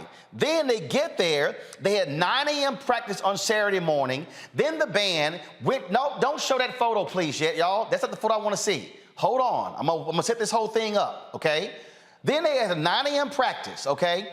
Then they had some other events to attend to. Then they go to the game, perform at the game, perform after the game. Then they said, here they are, tired, sweaty, hungry. They don't go back to the hotel, they have to check out. They literally are changing clothes on the bus. No shower, nothing. Men and women having to change in front of each other. And then they said, when it came time to eat, this is what happened. They had ate at a rest stop, boxed lunches, cold food. Now show it, please. That's one of the photos they sent me. Not a hot meal, a cold meal, sitting at a rest stop. Really? Now, according to band members, remember, it was 10 years ago when the drum major, Robert Champion, was killed due to hazing. And a lot of things were put in place. I was told that the band used to spend 2 nights, Friday night, Saturday night, but after that, they put clamps on the band. That was a decade ago. If you're a 21-year-old kid in the band now, you were 11 years old when that happened. And so why are you putting your premier institution, your face of your institution, going through that? How in the world are you not giving them hot meals? How in the world are they having to perform multiple times to recruit, do all those things, and then got to get back on a bus and travel 13 hours? This is what I was also told about folks there, that for the last couple of years, they've complained, and the president's made clear, y'all keep complaining, then we gonna shut you down. Not only that, I was told that some of the students had housing issues when they got back from North Carolina, that they were locked out of their dorms and they had to sleep in the band room. Apparently, Florida A&M has a housing issue with mold and some other issues. 200 to 300 students have had to live in hotel rooms as a result. I'm trying to understand, really? Is that how you're actually treating the individuals? Now, one of the things that's also interesting here is that I was told that President Robinson would not sit down with members of the band to address this issue or the Board of Trustees. This is one of the quotes. The football team gets treated better than the band. We have to do parades before the game. Sometimes they give us an apple and a sandwich. Everybody knows what is going on. This is crazy. This is another quote. Every year we lose a lot of band members. We've learned to work the system ourselves. Our advisors are incompetent. Our advisors are incompetent. Really? Now, this is what stood out to me. A person tells me, the best meal I've gotten since I've been in the band is a Chick-fil-A meal. That's the best meal that I've gotten. I was told the music building is in complete disrepair and the university has not done anything to fix it, mold issues and others. Folks, seriously, Florida A&M, what in the hell are you doing with your premier face of your institution? And I get resources in that, but ain't no way in hell the band should be eating a box meal. No, you have to figure out how to get it done. Now, 280 members of the band, 20 support staff. When they tell me that you have women who have monthly periods and they don't have any privacy, they can't even deal with their own issues, and they got to figure it out in terms of going to bathrooms and stuff. How in the world are you running a band like this?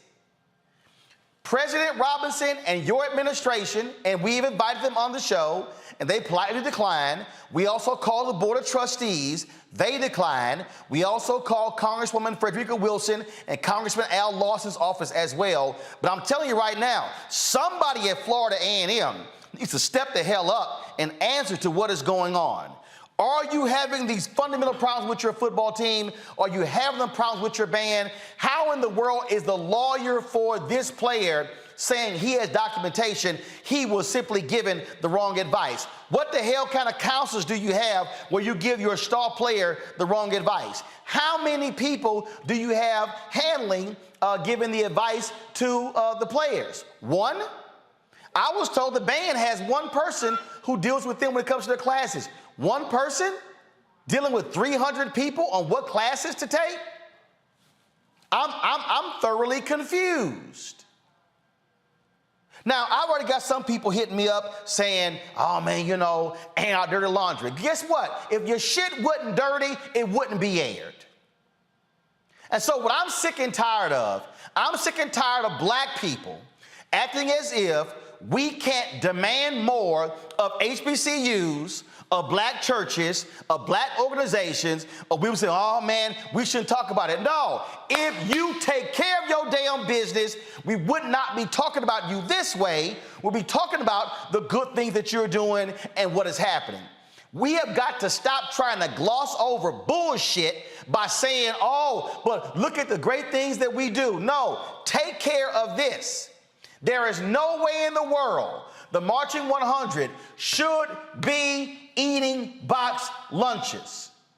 There's no way in the world you should be in the band and you're performing all damn day on Saturday and you're going here and here and here and go to the game, heavy uniforms, and you can't even take a shower. Who the hell wants to be funky as hell riding a damn bus for 13 hours? Are you serious? No. Florida A&M, you should be in a situation where they leave the band, they leave the game, go back to the hotel, and they're in a situation where they are able to rest, to shower, and to eat hot meals. That's how you take care of the folks who you're sending out raising money all around the country. Praising them in press releases don't mean a damn thing. Praising them on social media on how great of a job they're going to be doing in the game, that means nothing. It is how you're treating them when they are on the road. And I understand what took place. It was heinous. We covered it, the death of Robert Champion. But you today cannot be holding that over the head of the band today and not have the right systems in place. And here's what's also shameful with the player who did not get the right advice. Let me explain to y'all what's about to happen. Florida A&M. Ain't no black parent going to allow their star athlete to leave a major program to come to your school if you can't even give them the right guidance on what classes to take. This is a star linebacker who's trying to get to the NFL. Let me explain to y'all how this works. Mario, he knows this. When you are Florida A&M and you play a major game against North Carolina, the scouts are measuring you based upon the competition at North Carolina. When he can't play in a game against North Carolina, y'all are hurting his future in the NFL. And so by doing this, you are hurting future stars transferring to Florida A&M and Jackson State and Bethune-Cookman and to Alabama State and the TSU and the Prairie View and the Grambling. Y'all, I don't want to hear shit about white folks. These are black administrators who are not doing their job. And this is what happens when you fire the AD who balanced your budget and you still haven't explained why you fired him. But we know where he's at. He's a number 2 at Tulane. Now, ain't that interesting? He's a number 2 at Tulane, but he got fired as AD at Florida A&M. Y'all have heard me say this again, and I'm going to keep saying it. I am sick and tired of black institutions talking about, oh, how we're surviving. We must be having thriving conversations. And see, oh, I heard all that bullshit. You went to the white school. Hey, it ain't my fault I went to Jack Yates High School and Texas Southern University was right across the street and they had a school of communications and I was a #1 student in my high school in school of communications and they never recruited me. Prairie View, 50 miles down the road, never recruited me. So you damn right I followed the money at Texas A&M. But what we need to understand is I need folk to stop sitting here saying, send your kid to a HBCU. You got to handle your business if you want our kids to go. And so President Robinson, stop addressing the issue in press releases. Answer the question, is your band being treated this way? Is your band having to ride up on Friday and ride back on Saturday? In a 24-hour period or 36-hour period, they're spending 26 hours on a bus? Are they eating cold food? They can't take a shower? Is that literally how you are treating the Marching 100? Somebody needs to answer this. Somebody needs to confront, and don't say, oh, I'm putting it to the top of my agenda. This is going to be a part of our weekly report. No. Leadership says we're getting this fixed in the next 72 hours. Because I'm telling you right now, y'all, I can guarantee you future stars will give second thoughts to coming to Florida A&M.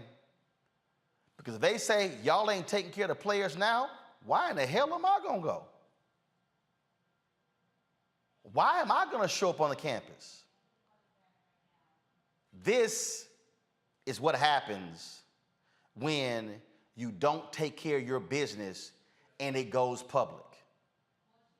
And trust me, I know some of y'all gonna be sitting here, hitting me up. Oh man, you had to go that hard. I can tell y'all right now, I was in the band in high school. I can't stand cold ass food today. You think I'm gonna sit here and march my ass around all damn day at multiple events, then play and march in the game, and all you got for me is a box lunch after the game? You done lost your damn mind. That's not how you are to treat your student body. Florida A&M, President Thompson, do better. Bring my panel in right now. Deborah, I want to start with you. You played at Oklahoma. I'm not even going to remotely compare Power 5, HBCUs. We know the money is totally different, but I'm sorry. Florida A&M, you could do better than a damn box lunch for your band. DeMario? Things work with a band deal. There you go. You hear me? There you go. All right, deal. I don't know how it works with a band. This is what I would say, because I don't know much about this outside of what you've stated. I think it's a problem just generally for HBCUs to, and Deion Sanders talked about this, when you take a team, you have to be on a bus for 13 hours somewhere. I don't think you should take those type of trips in 2022. You know, in 1975 or 1955, maybe. But in today's world, you should be playing in places that are either you can afford to fly there, or you play in a vicinity where it could be no more than an 8-hour bus driving, because that is taxing on anybody. I don't care who you are. And if it's facts that they had to spend 13 hours in a van, not get a shower, not have hot food, that is pretty egregious and atrocious, and something that should be rectified very, very quickly. Again, I don't know those facts, if that's 100% accurate, but if it is, that is something that needs to be rectified completely. I talked to multiple sources that are with the Florida A&M band who told me direct. They took a 13-hour bus ride from Tallahassee to Chapel Hill on Friday, got there, had a 9 a.m. practice on Saturday morning with the UNC band, then had a couple of performances for the band, then went to the game, and then when the game was over, they had to then board the buses, undress on the bus out of their band uniforms into their other clothes, and then they took a 13-hour ride back home. So what I was going to say, with all of those facts, I think Florida A&M, not only are they going to be reeling from what you stated tonight, but they may have some legal issues. So, you know, I like to talk about the legal issues. I mean, you might have some Title IX issues because you have, and these females have to be dressed in front of males and vice versa. You can have some negligent issues. People could get sick by that type of activity. And so I think they have a lot of things they need to pull together their full leadership team, the executive team, sit down and get this issue rectified. Period, point blank. It should not be the same thing for next weekend wherever they go play. That's number one. Number two, I don't think any HBCU should be playing these games where you're going, you don't have the proper resources. You're going to go to a big Power 5 school. Your team is going to get embarrassed and slaughtered on the field. And then your support staff have to be on the buses for 12, 14, 16 hours. That sounds like a bad high school scenario back when I played, and I graduated high school in 1994. So I hope this gets rectified both from a political standpoint, a practical standpoint, and from a legal standpoint. Look, the thing for me here, Mustafa, and again, it trips me out when people say, man, you should be bringing this stuff up. Well, don't screw it up. The reality is, this is what Ida B. Wells said. The way to right wrongs is to turn the light of truth upon them. That's the whole point. This is called light. Yeah. You know, my daddy used to say, don't tell me you love me, show me you love me. You show me you love me by investing in me.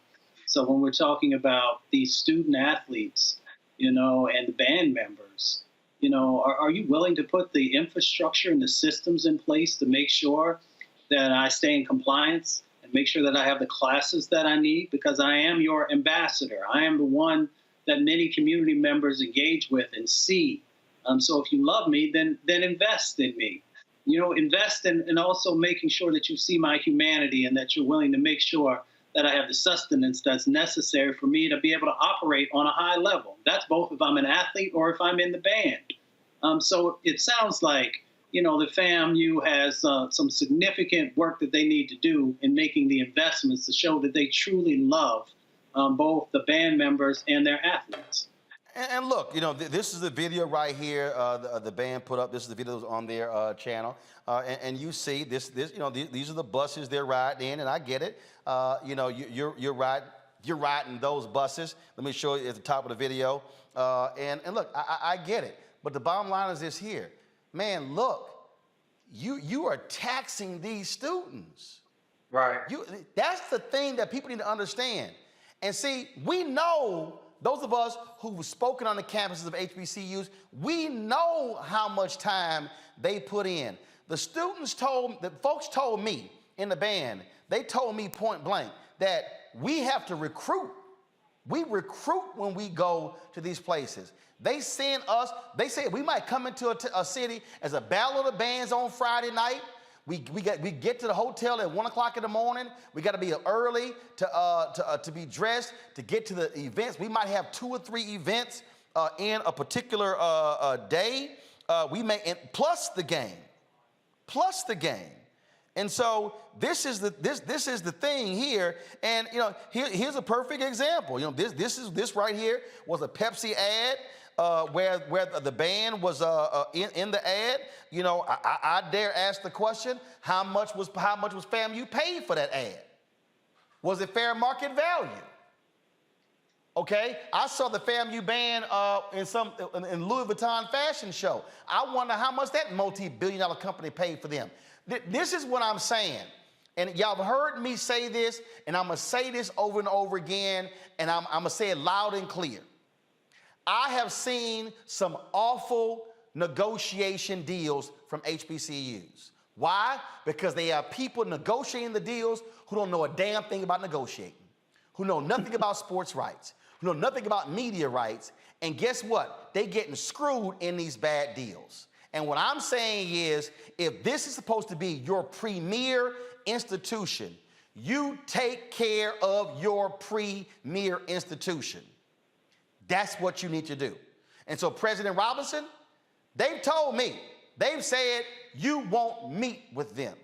The president of FAMU, this is what they told me. I was told point blank today that the band building is in disrepair, that there's mold, it is dirty, it's dilapidated.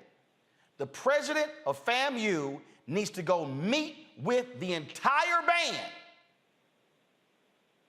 Not 1 or 2 students, not the drum majors, the entire band, and take their questions and listen to what they have to say.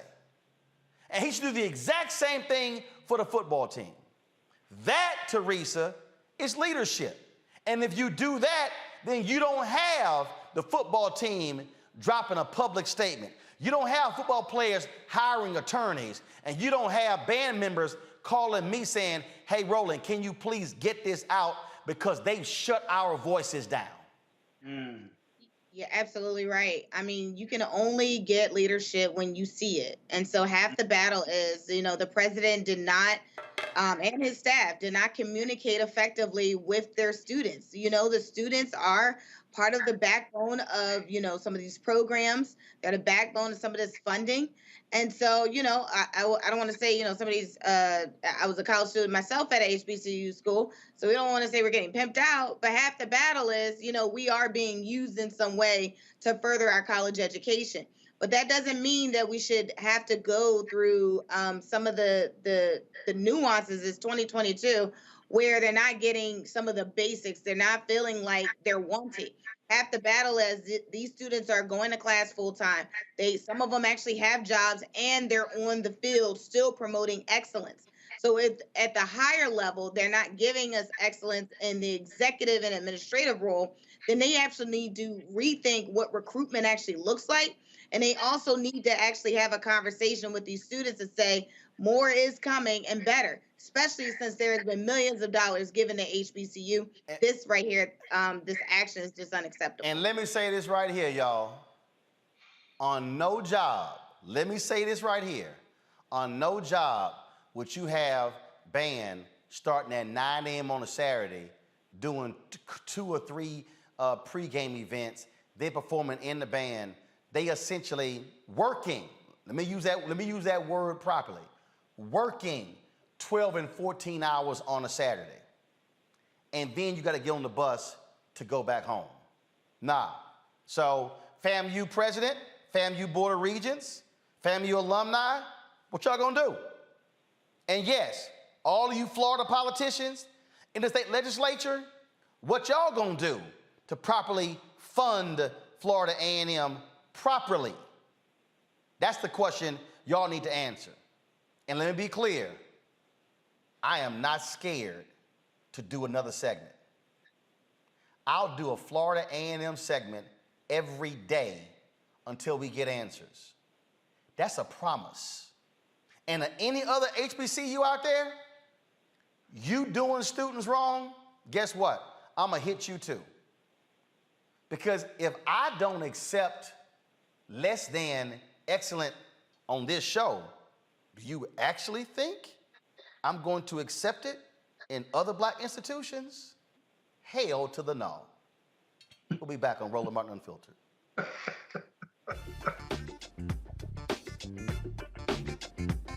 Next on A Balanced Life with me, Dr. Jackie, the great resignation is upon us. Yes, it's real. People, young and old, are evaluating their lives and making some determinations whether to stay or to go. But before you take the leap, you need to examine your motives and make a plan. It's not so much about doing this thing or starting this business or, leaving where you are to do something different. It's about getting in touch with you. How to make change while also keeping balance. Here on the next A Balanced Life with me, Dr. Jackie, on Black Star Network.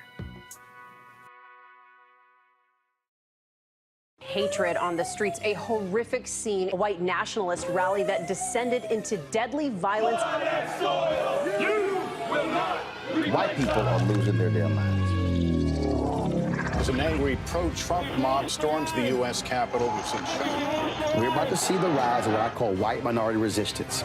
We have seen white folks in this country who simply cannot tolerate black folks voting. I think what we're seeing is the inevitable result of violent denial. This is part of American history. Every time that people of color have made progress, whether real or symbolic, there has been what Carol Anderson at Emory University calls white rage as a backlash. This is the rise of the Proud Boys and the Boogaloo Boys. America, there's going to be more of this. Here's all the Proud Boys, guys. This country is getting increasingly racist in its behaviors and its attitudes because of the fear of white people. The fear that they're taking our jobs, they're taking our resources, they're taking our women. This is white fear.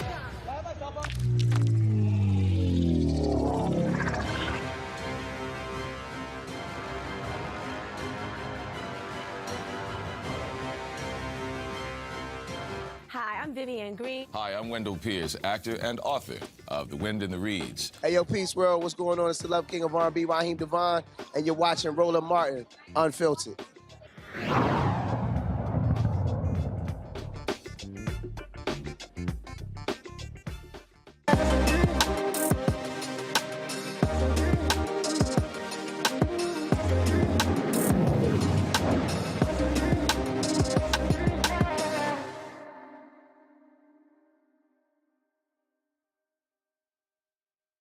Time for our marketplace segment where we always feature various black-owned businesses on the show. And this week we are dealing with designer of a multi-use bag. Now, when it comes to these handbags and backpacks and other sort of bags, I mean, folk are spending a whole bunch of damn money on these bags. And so folks are walking around with 5, 6, 8, 10 different bags. But, fellas, we always ask the question, ladies, can y'all just have one damn bag? Just one? I'm just saying. I mean, do we have to have like literally 10, 15, 20 bags? I don't know, Teresa, how many you got?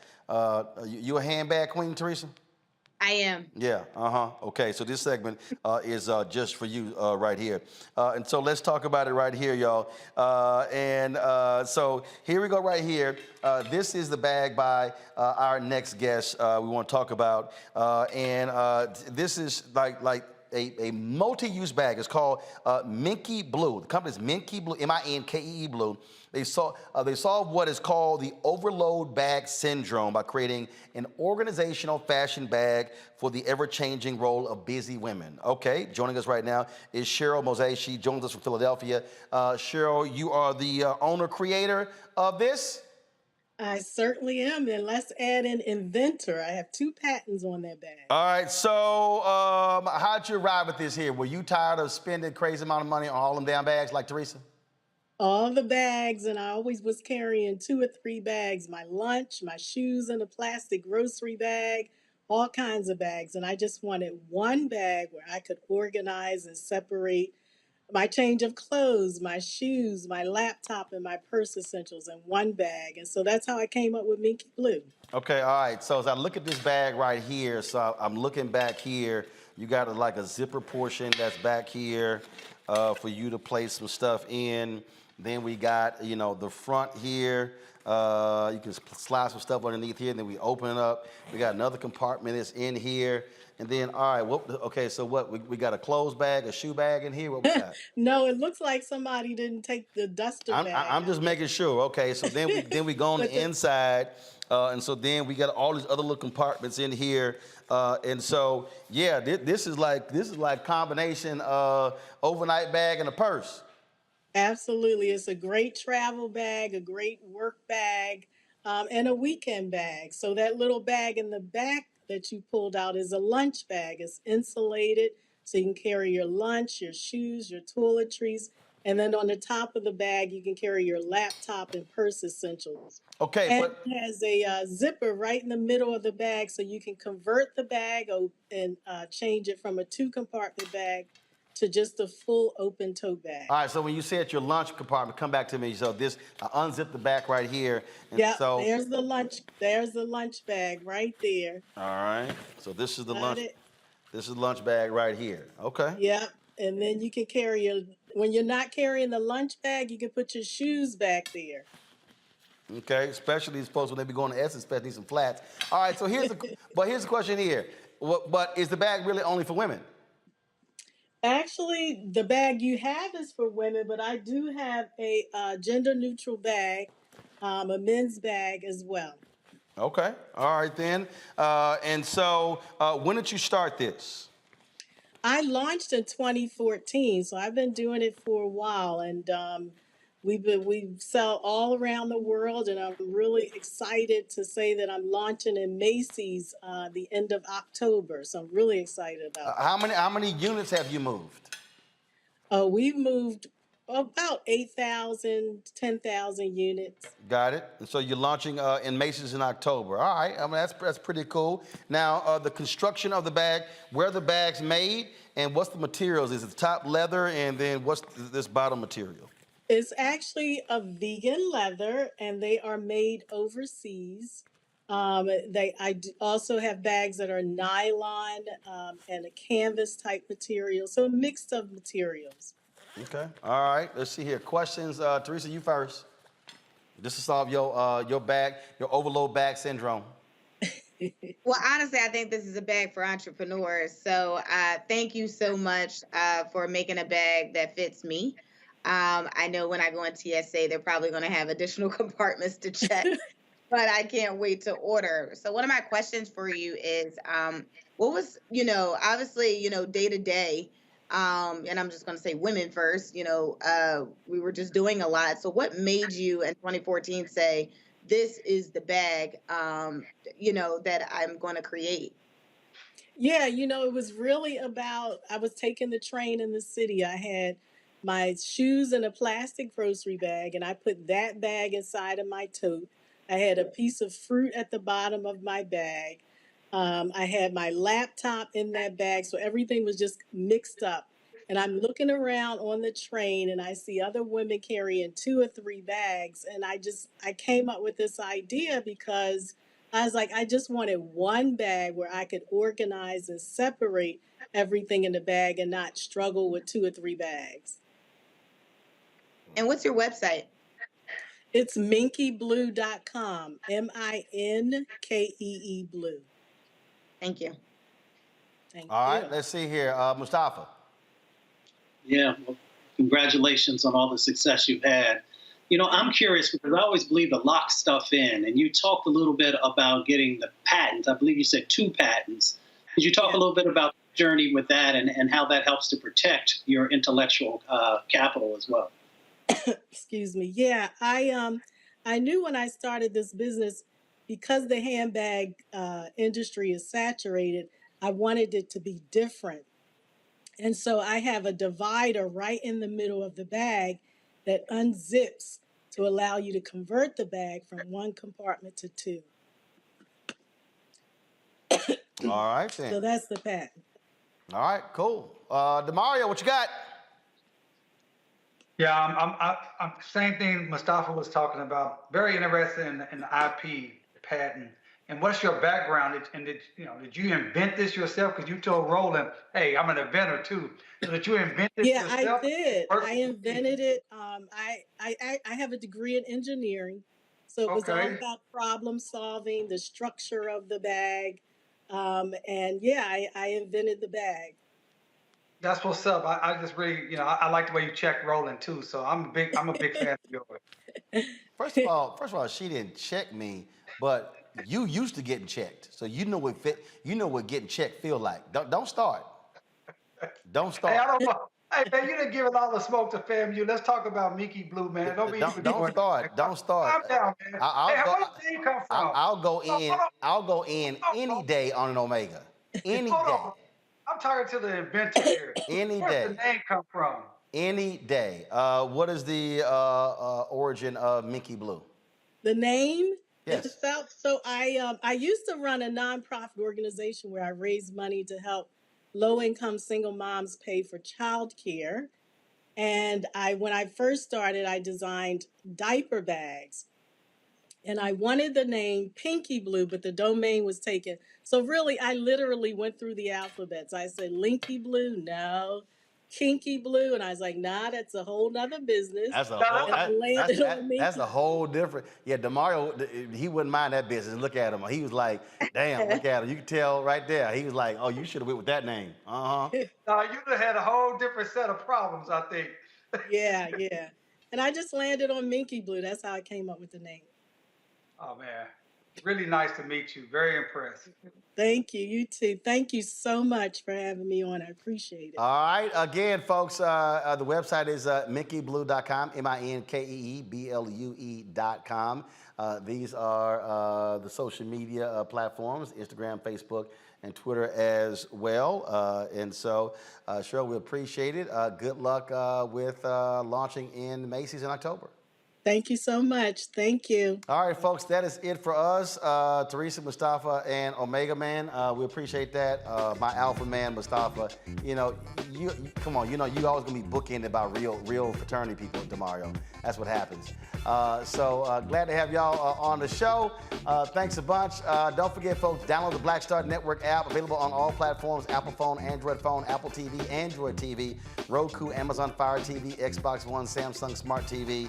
And of course, please join our Bring the Funk fan club, where your dollars make it possible for us to do what we do, the travel, the things we're going to be covering this fall, hitting the road, covering campaign events all across the country. Checks and money orders can go to P.O. Box 57196, Washington, D.C., 20037-0196. Cash App is $RM Unfiltered. PayPal is R Martin Unfiltered. Venmo is RM Unfiltered. And Zelle is Roland at RolandSMartin.com. Roland at RolandMartinUnfiltered.com. That's it, folks. I will see you tomorrow. Don't forget, go to our YouTube channel, check out our videos, retweet them, push them out there so we can build up those views. And of course, check out the app as well. Great shows: Deborah Owens Show, Jackie and Martin Show, Greg Carr from Muhammad Daily Show, Stephanie Humphrey, and of course, Rolling with Roland. Some great interviews that we have with our various guests. We shot those in LA and Atlanta, so we really appreciate y'all supporting us in what we do. I'll see you tomorrow right here, same time, same place. We keep it real, keep it black, and keep it unfiltered. Holla!